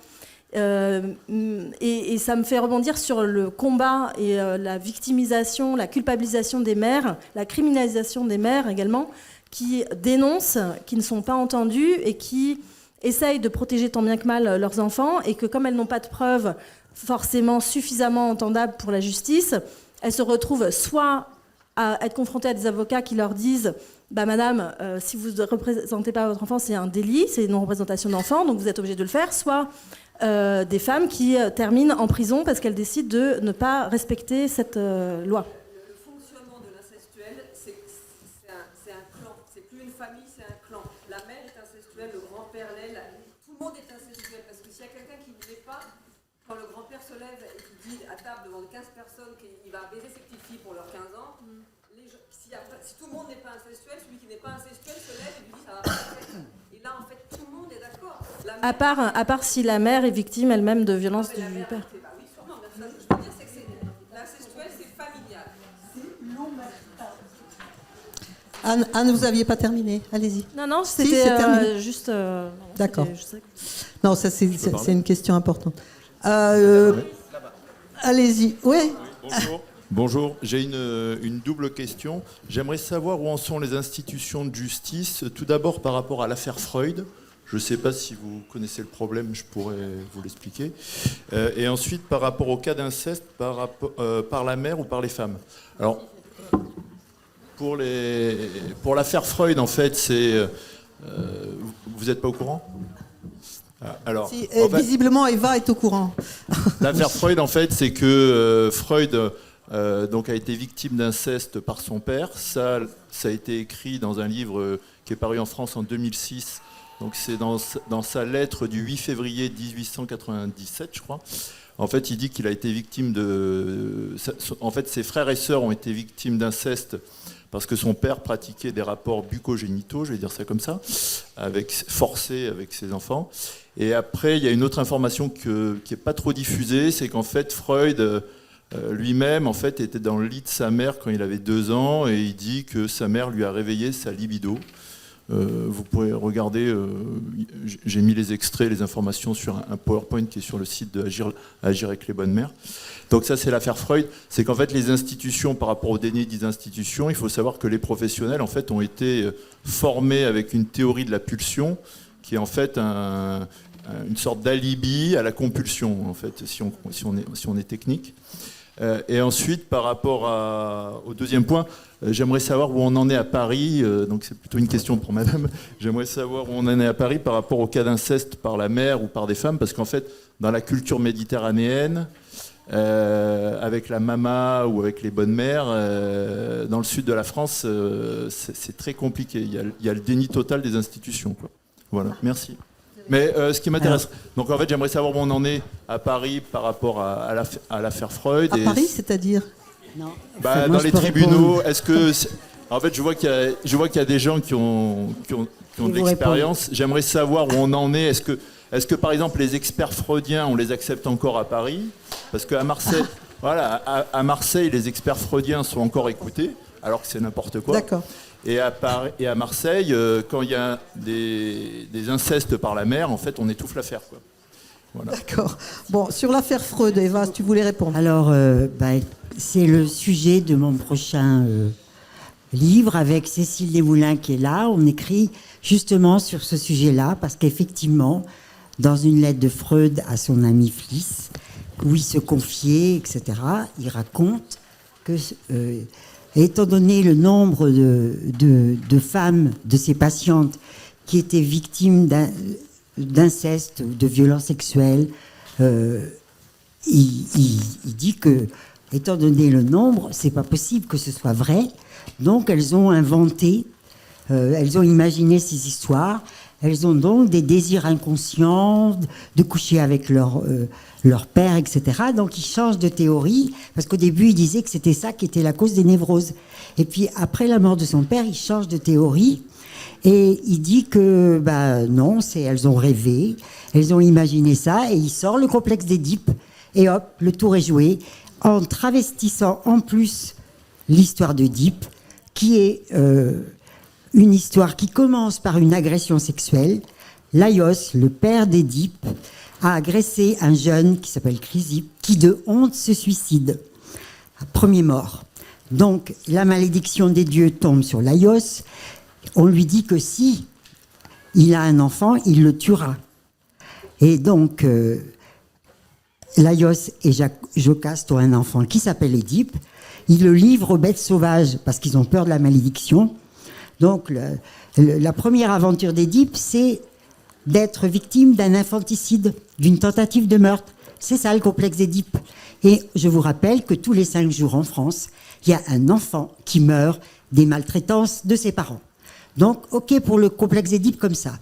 Ensuite, je continue. Donc, ils ont 4 enfants, 2 garçons et 2 filles.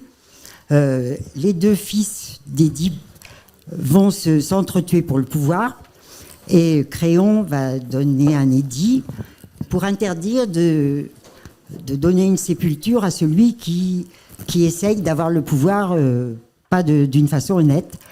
Donc Antigone, sa sœur, donne une sépulture en mettant du sable sur le corps de son frère, en disant qu'au-dessus de la loi des hommes, il y a la loi des dieux qui oblige d'inhumer correctement un humain. Et donc, elle se fait enfermer vivante parce qu'elle a transgressé l'interdit de Créon. Le fiancé d'Antigone, Aimon, se suicide. La mère du fiancé se suicide aussi. Et alors, dans mon deuxième livre, Le sang des mots, je raconte que l'histoire de la malédiction, au bout du compte, on a 7 morts pour une agression sexuelle. Et que c'est vraiment typique de la malédiction des familles incestueuses, où ça se répète d'une génération à l'autre. Donc ça n'a rien à voir avec ce que Freud a fait avec le complexe d'Édipe, qui est totalement inventé pour ne pas savoir que son père était un pédocriminel qui avait agressé ses sœurs et son frère. Bon, des psychanalystes ont écrit des bouquins, dénoncé les mensonges de Freud. On en a trouvé 5 ou 6, hein, qui racontent tous les mensonges que Freud a fait, toutes les falsifications qu'il a faites, etc. Mais les Freudiens ne veulent rien entendre. Donc on va raconter ça à nouveau. Voilà. Attendez. Oui, mais très rapidement, alors, parce qu'il y a plein de gens qui veulent parler.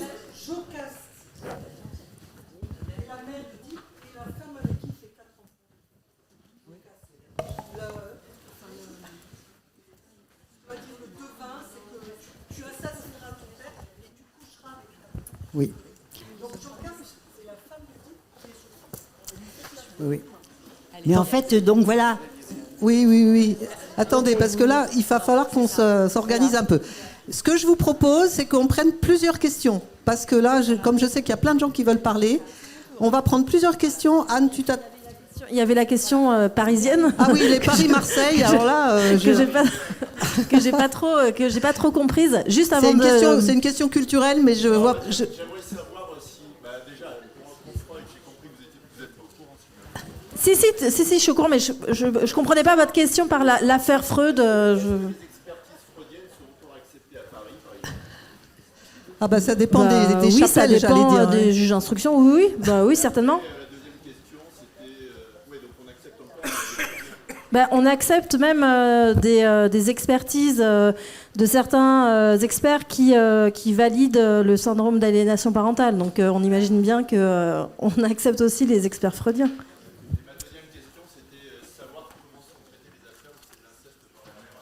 Alors, que ce soit à Paris ou n'importe où, c'est pareil, hein, il n'y a pas une particularité. Mais je vous avoue que moi, j'ai pas de dossier de ce type-là. J'ai plutôt des dossiers qui me font penser à ce que disait Madame la médecin sur l'incestuel. J'ai plutôt, moi, des dossiers parce que je travaille au tribunal pour enfants de Bobigny, donc enfance en danger, puis enfance délinquante.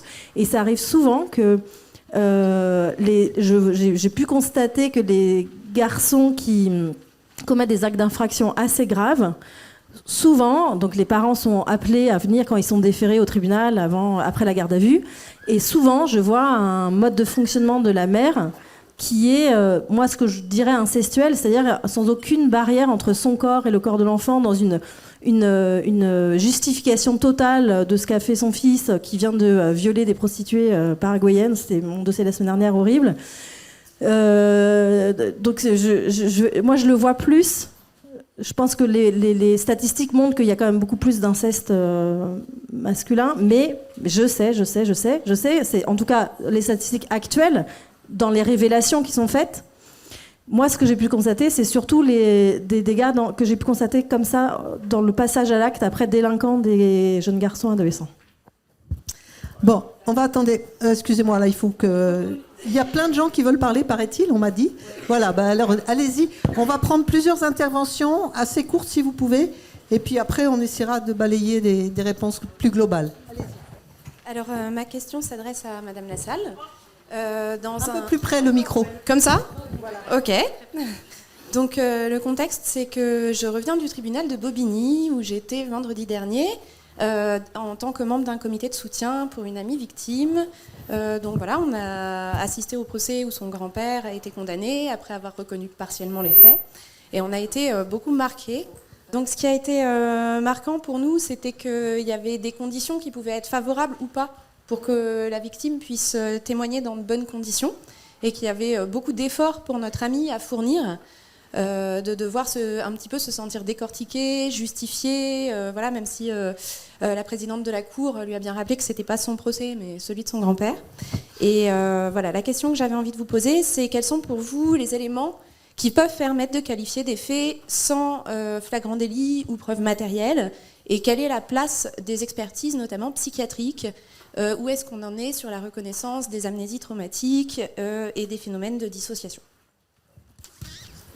Très bien. Voilà. Donc c'est la question des preuves. Est-ce que, vu la complexité de la question, on va quand même lui laisser répondre. C'est un petit peu, sinon ça me semble difficile de retenir. Voilà, on va vous laisser juste quelques. Sur l'amnésie traumatique. Sur l'amnésie traumatique, ça évolue plutôt bien, je trouve, dans l'appréciation. Je pense que c'est quand même rentré à peu près dans les esprits des magistrats. Ensuite, il y avait la dissociation aussi, également. Si, ça évolue, et il y a de plus en plus d'experts qui expliquent ça dans les rapports. Après, je redis ce que j'ai déjà dit tout à l'heure, il y a également des experts qui sont très très problématiques et qui prêchent pour leur paroisse de l'absence de réalité de ces théories.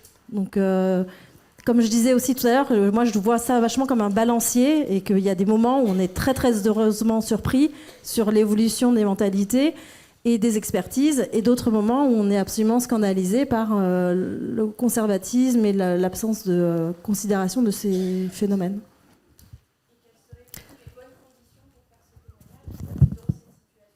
C'est-à-dire en l'absence de preuves, c'est ça, c'est la question des preuves et de...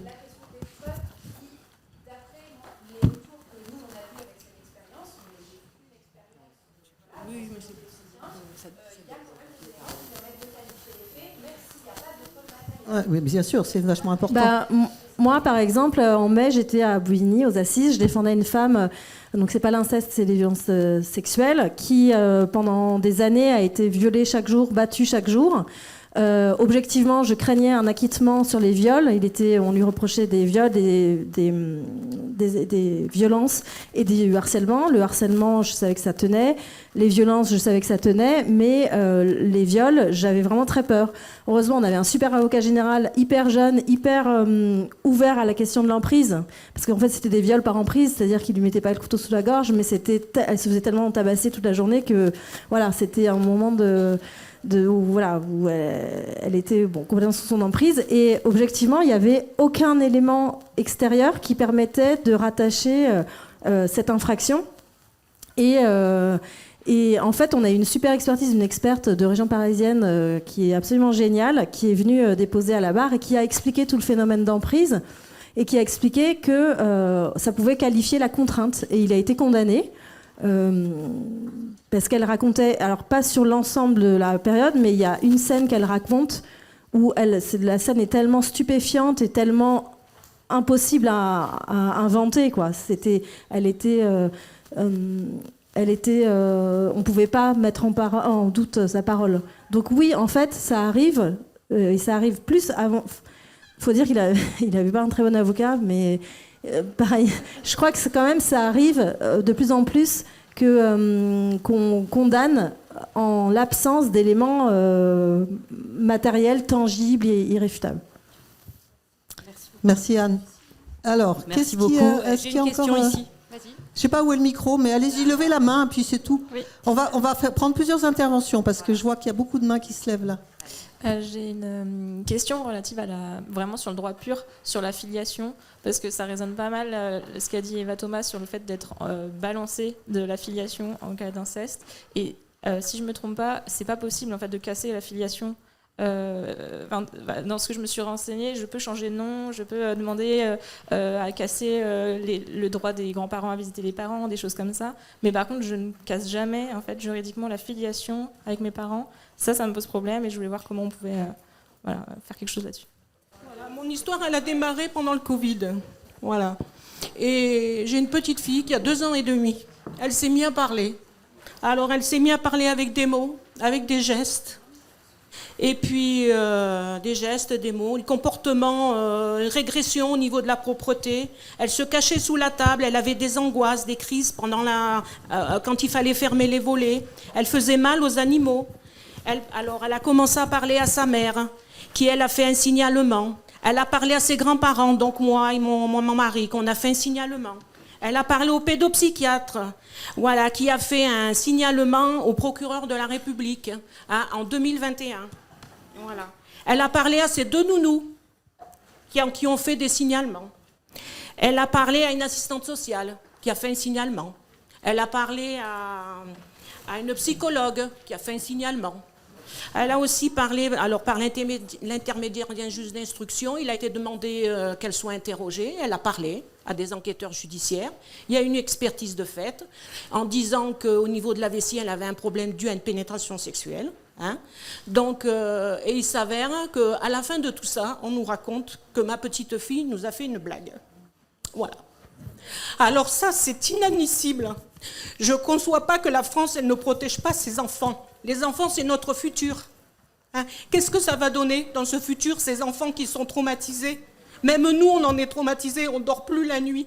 Ça a été un tsunami dans notre famille. Moi, mes enfants, ils n'ont pas de casier judiciaire. On est une famille normale. On n'a jamais eu un problème avec la justice. Et puis, on a été maltraités par la justice. Ma fille, ils disent qu'elle est fragile. Parce que, mais il faut savoir que ma fille, elle a été agressée aussi. Donc, ils disent qu'elle a transmis ses angoisses d'agression sur sa fille. Voilà. Comme ça, le problème, il est réglé. On n'en parle plus.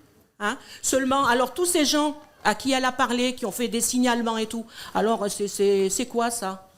C'est-à-dire que l'affaire s'est arrêtée là, il n'y a pas eu de suite, c'est ça que vous voulez dire ? Là, dernièrement, on a fait appel. Mon avocat ne s'est même pas présenté. Je l'ai appelé 2 fois pour essayer de l'avoir avant de faire appel, pour voir comment ça allait se passer et tout. Il ne s'est même pas présenté à l'appel. J'étais toute seule. Mon mari était convoqué, mais il faut savoir que mon mari, il est en aplasie, il a un cancer, il est condamné. Je suis toute seule. Ma fille, ils me l'ont tellement détruite. Ils me l'ont détruite. Ma fille, je ne sais même pas où elle est. Et vous savez, ça fait 1 an que j'ai pas vu ma petite fille, que j'arrête pas de demander de la voir. Vous savez combien de temps j'ai le droit de la voir maintenant? 1 heure par mois. Je dois descendre à Marseille pour aller voir ma petite fille. C'est pas une honte, 1 heure par mois. Et tout s'est inversé, c'est nous les agresseurs, alors que lui, il a le grand-père qui a été accusé, il a le père qui a été accusé, qui a porté 1 an le bracelet électronique. Hein?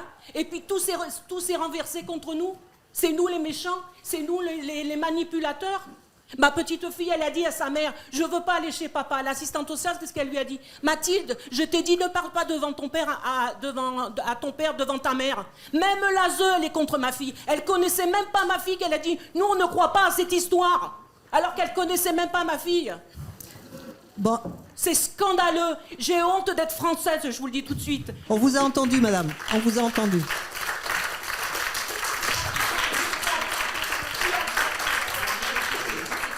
On vous a entendu, mais là, je crois qu'à ce stade, malheureusement, je ne vois pas quelle réponse on peut apporter. Est-ce que dans l'assistance, il y a des éducateurs locaux? Si, moi j'ai quand même quelque chose à dire. Voilà, il va y avoir des espaces possibles pour parler avec vous, moi, madame, j'imagine. J'ai quelque chose à vous dire, madame, parce que je vois très bien ce que vous traversez. Il arrive totalement... vous n'êtes pas la seule à vivre ce genre de situation où, en fait, celle ou celui qui dénonce...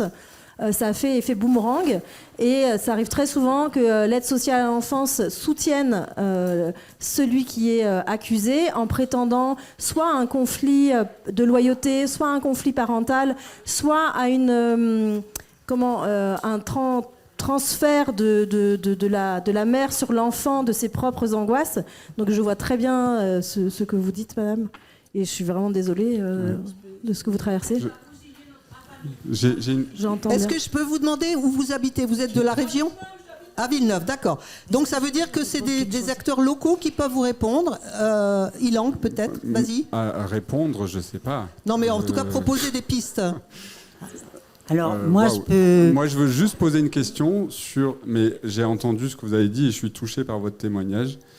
Voilà. Et en tout cas, je vous invite à aller dans l'espace d'écoute aussi. Vous pouvez peut-être trouver des gens compétents pour entendre ce que vous dites et... Ok. Oui. Nous aussi, on veut ça. C'est pour ça qu'on est là. Oui, j'ai entendu.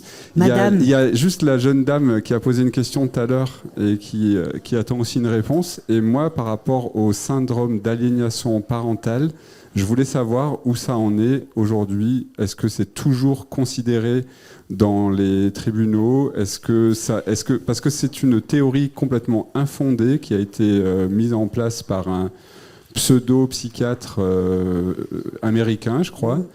Et c'est utilisé, voilà, Richard Gardner, et c'est utilisé dans les tribunaux pour accuser les mères, en fait. Et ce fameux syndrome d'aliénation parentale n'est jamais été prouvé que ça existe, en fait.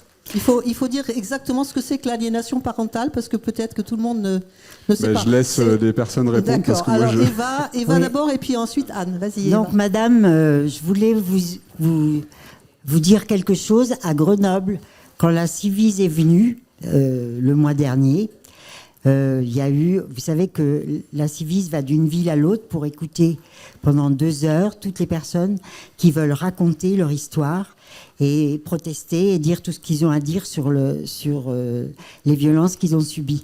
Et à Grenoble, il se trouve que la moitié du temps a été pris par des femmes à qui on a enlevé l'enfant, des mères qui voulaient protéger leur enfant. Et donc, ils ont fait un collectif qui s'appelle, on trouve sur Internet, la MAPIF. Et donc, ils s'organisent entre eux. Ils ont fait un site Internet et ils sont des lanceurs d'alerte par rapport à cette problématique-là.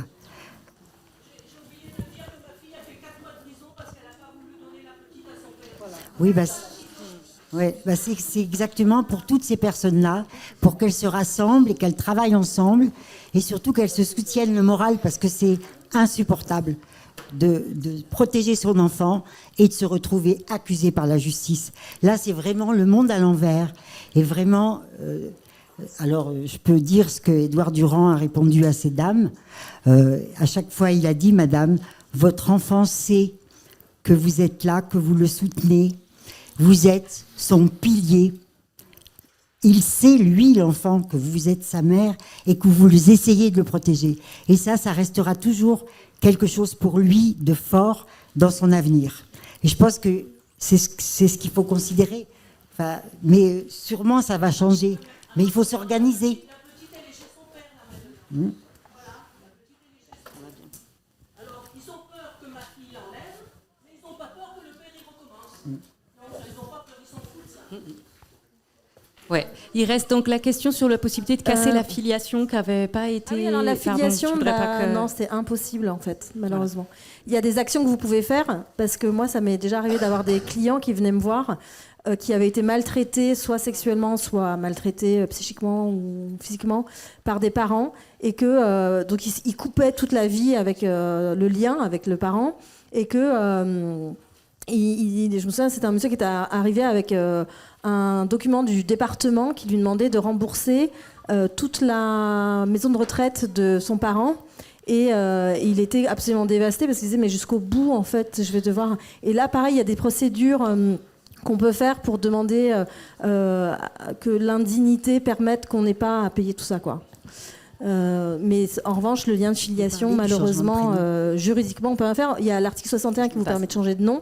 Mais c'est compliqué aussi parce qu'il faut vraiment avoir un énorme dossier. Moi, j'ai déjà fait pour une cliente et on n'avait pas réussi à le faire. Alors, bon, donc moi, ce que j'ai fait une procédure par rapport à l'identité, parce qu'après le procès de Saint-Brieuc, dont je vous ai parlé, où la justice était à l'envers, donc moi qui ne m'étais jamais effondrée complètement, d'avoir vu ça, je me suis vraiment effondrée physiquement. C'est-à-dire mon corps ne me portait plus. J'avais une chute de tension pour rien, que pour ce que j'avais vu. Et c'est comme si j'avais été foudroyée par l'injustice. Et donc, j'ai dû... je me disais, c'est l'injustice qui m'a foudroyée. Je vais demander réparation à la justice. Pardon.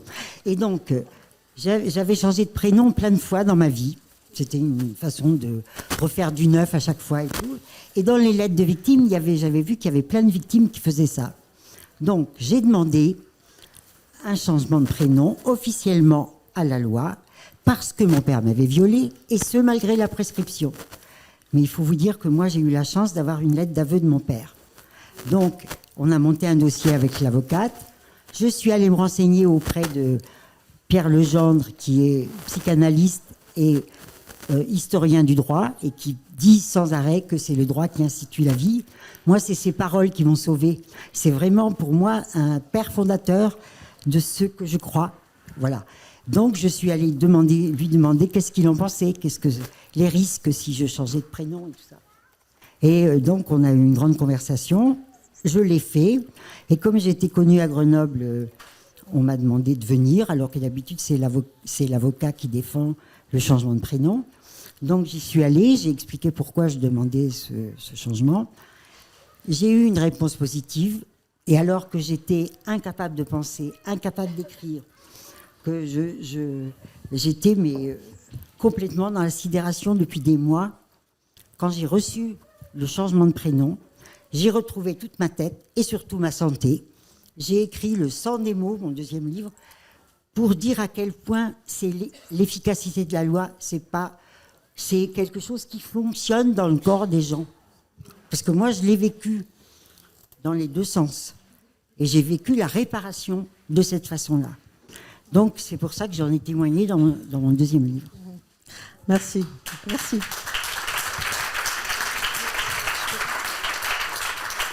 Comme quoi, malgré la prescription, on peut quand même continuer à gagner. Est-ce que je voudrais évaluer un peu le nombre de personnes qui veulent encore s'exprimer, parce que là, on va avoir des problèmes de temps. Là et une là. Il n'y a que toi ? Vous pouvez lever la main. On a deux personnes a priori. Quelqu'un ici et là. Juste, il y avait une question sur le syndrome d'aliénation parentale. Allez-y. Juste, il y avait une question sur le syndrome d'aliénation parentale qui perdure. Oui, ça nous est sorti à toutes les... Dès qu'on accuse quelqu'un dans un dossier, soit devant le juge des enfants, soit devant le juge aux affaires familiales, systématiquement, la réponse...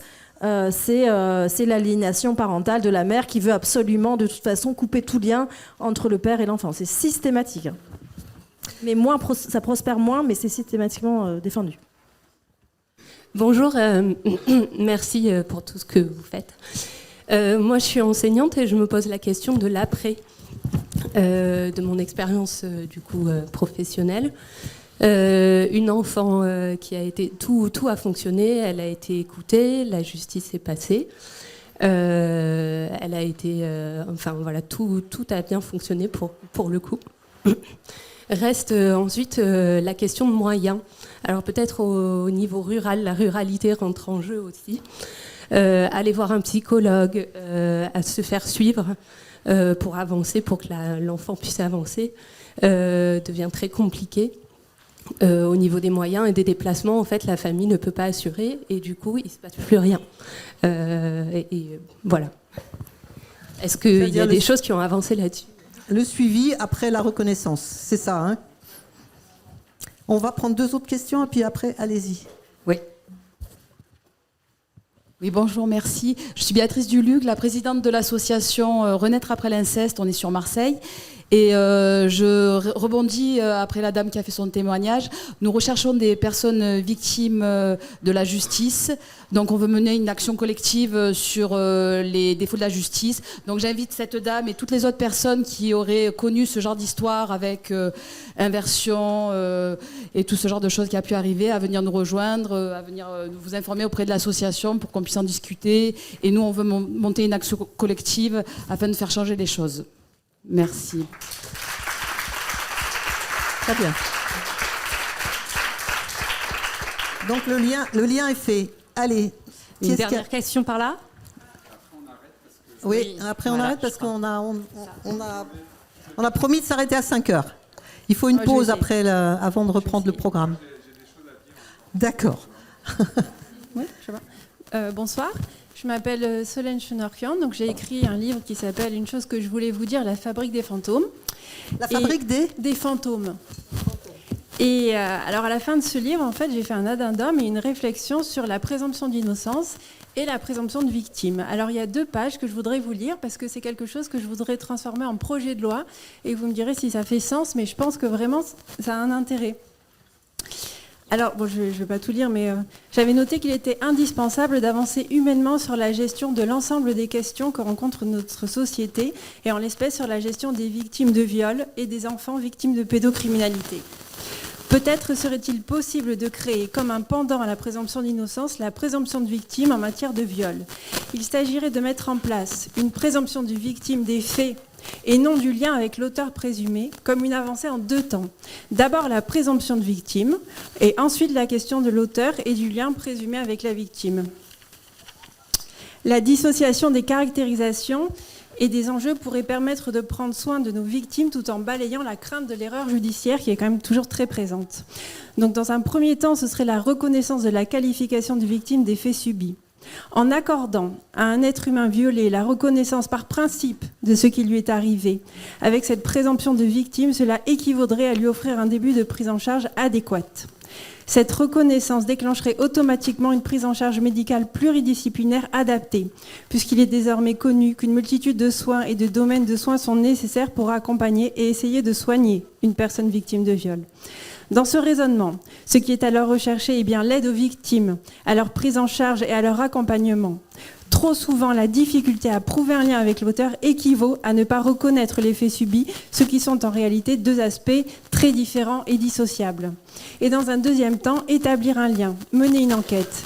Il s'agirait alors en parallèle d'essayer de relier un auteur présumé des faits à la victime. Les 2 étapes n'auraient pas d'interdépendance. À titre de comparaison et d'illustration, lorsqu'un crime est commis, ce qui est le cas aussi en l'espèce, mais lorsqu'un cadavre est retrouvé, il est bien constaté en premier lieu que la personne est morte puisqu'il y a un corps. Puis l'enquête va permettre ou non de le rattacher à un auteur. Si l'auteur n'est pas trouvé, l'existence du cadavre n'est pas remise en cause. Lors d'un accident de la route avec un délit de fuite, la personne accidentée est bien prise en charge par les services de santé. Les blessures ne font pas débat et la prise en charge du blessé est automatique et n'est pas subordonnée à l'identification de l'auteur. Lors d'un attentat, les personnes présentes en état de choc sont accompagnées et prises en charge. Lors d'un cambriolage, après lequel un vol d'objet est constaté sans connaître l'identité du ou des auteurs, l'assurance intervient et répare le préjudice indépendamment de l'identification de ces derniers. Ce raisonnement est assez commun finalement, dans notre droit, elle pourrait être transposable. Un enfant n'a a priori aucune raison d'inventer ce genre de faits, sauf en de rarissimes occasions qui ne doivent pas venir empêcher les actions d'être menées. Un adulte qui retrouve sa mémoire d'enfant pour des faits de viol ou qui a attendu d'avoir le courage de parler n'a pas non plus a priori d'autre intérêt que la recherche de sa reconnaissance et de sa reconstruction. Pourquoi sinon s'infliger un tel parcours ? Car il s'agit bien là d'un véritable parcours du combattant, coûteux à tous les niveaux. Gagner une reconnaissance et bénéficier d'un accompagnement sont inestimables dans l'histoire d'une personne violée et indispensables en réalité. Ce système pourrait être mis en place, agrémenté de prises en charge adaptées. Cela serait d'autant plus utile qu'il est largement établi que les crimes vécus laissent des traces et des dysfonctionnements chez l'humain qui seront pris en charge d'une façon ou d'une autre par la société. Arrêt de travail, arrêt maladie, soins, médicaments, traitements. Et finalement, autant d'investissements qui pourraient être engagés en amont pour donner de bien meilleurs résultats. La victime n'aurait rien à gagner dans cette reconnaissance si ce n'est une aide, une écoute, un accompagnement adapté, une prise en charge codifiée et un protocole dédié. Et en parallèle, si une enquête ne permettait pas d'établir le lien avec un auteur présumé, les victimes auraient quand même eu cette reconnaissance de la société avec une enquête classée sans suite, mais une véritable prise en charge. Il ne s'agirait pas de revenir sur les souffrances subies, mais sur l'impossibilité d'établir un lien avec un auteur présumé. La présomption d'innocence serait ainsi complètement conservée, mais les victimes seraient entendues et prises en charge et accompagnées dans leur reconstruction. Bravo! Merci pour votre proposition. Tu veux pas parler ? Non ? Bon, merci beaucoup. Merci beaucoup parce que c'est bien on arrive vers la fin de cette table ronde et de sortir avec des pistes de travail pour l'avenir, c'est vraiment super. Voilà, merci une beaucoup. action, une Léo, piste, c'est super. Léo Walter a pris tout en note. Je crois qu'il va porter votre proposition. Il faut que vous parliez encore ensemble. Avant de terminer, juste une réponse sur la question qui a été posée de la jeune femme à l'instant. Voilà, là. Le suivi après la reconnaissance. Oui, effectivement, s'il y a eu... Le processus est allé à son terme, il y a eu un jugement, mais qu'est-ce qui se passe après ? Alors moi, je ne sais pas, est-ce que quelqu'un peut apporter un complément, une réponse ? Anne, peut-être ? J'ai pas de réponse à ça, dans le sens où c'est le problème de l'accès aux soins, de façon générale, et d'autant plus en milieu rural. En revanche, ce que je peux dire par rapport à la justice, c'est que en plus, les dommages d'intérêt que les victimes ont sont tellement misérables que de toute façon, c'est même pas une somme qui permet une réelle prise en charge pluridisciplinaire. Bien. Oui, pardon. Je voulais aussi pouvoir réagir peut-être à l'extrait de l'ouvrage de Madame. La présomption de victime. Voilà. Dire que quand même une loi de 2015 a quand même reconnu un certain nombre de droits inhérents au fait même d'être victime, pas forcément quand on se constitue partie civile ou quoi. Par exemple, il y a un droit à réparation qui existe depuis longtemps et qui permet notamment via une commission d'indemnisation des victimes d'infractions d'être indemnisé, mais sans forcément être passé par un procès. Il n'y a pas de nécessité d'une condamnation. Il peut y avoir une réparation pour les victimes sur le simple principe qu'elles ont été victimes.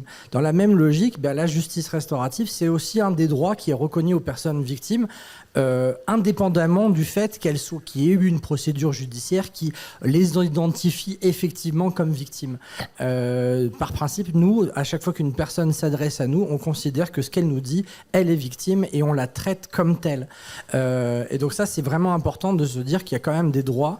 Et c'est pour ça que la justice restaurative, c'est possible à tous les stades de la procédure, y compris au tout début.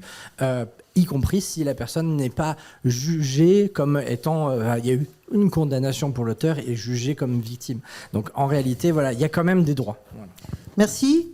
Le mot de la fin, c'est ça ? Je suis désolé, mais il faut interrompre parce qu'à 18h, dans ce chapiteau, il y a un spectacle qui s'appelle L'arnaque de la princesse. La personne qui va faire cette prestation est déjà présente et il faut qu'on installe pour elle. Donc vous pouvez noter ça, qu'à 18h, c'est une conférence spectacle qui s'appelle L'arnaque de la princesse. Avant de passer à la suite, je suis désolé d'interrompre ça comme ça. Il y a peut-être plein de... Voilà. Merci à toutes les personnes qui ont pris la parole. Avant de donner les autres infos, merci beaucoup à vous qui étiez là. Merci à Isabelle.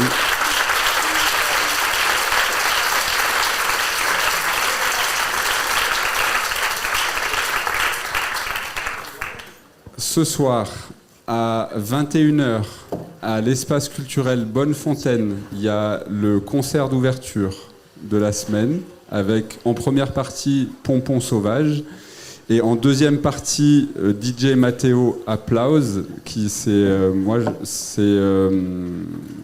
donc un concert avec des DJ. Je suis un peu avec des émotions, plein de choses dans la tête, j'ai du mal à parler, désolé. Il y a aussi un repas qui est fait par des cantines bénévoles que je tiens à remercier ici aussi, parce qu'elles vont être là toute la semaine, faire des repas le midi et le soir.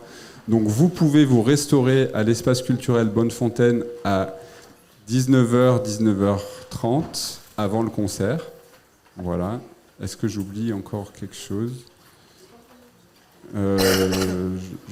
J'oublie sans doute des trucs, mais c'est pas grave. C'est pas grave, il y a un programme, il suffit de le voir. Et puis merci à tous, merci beaucoup à vous quatre surtout. Merci Eva, merci Anne, Léo et Benjamin.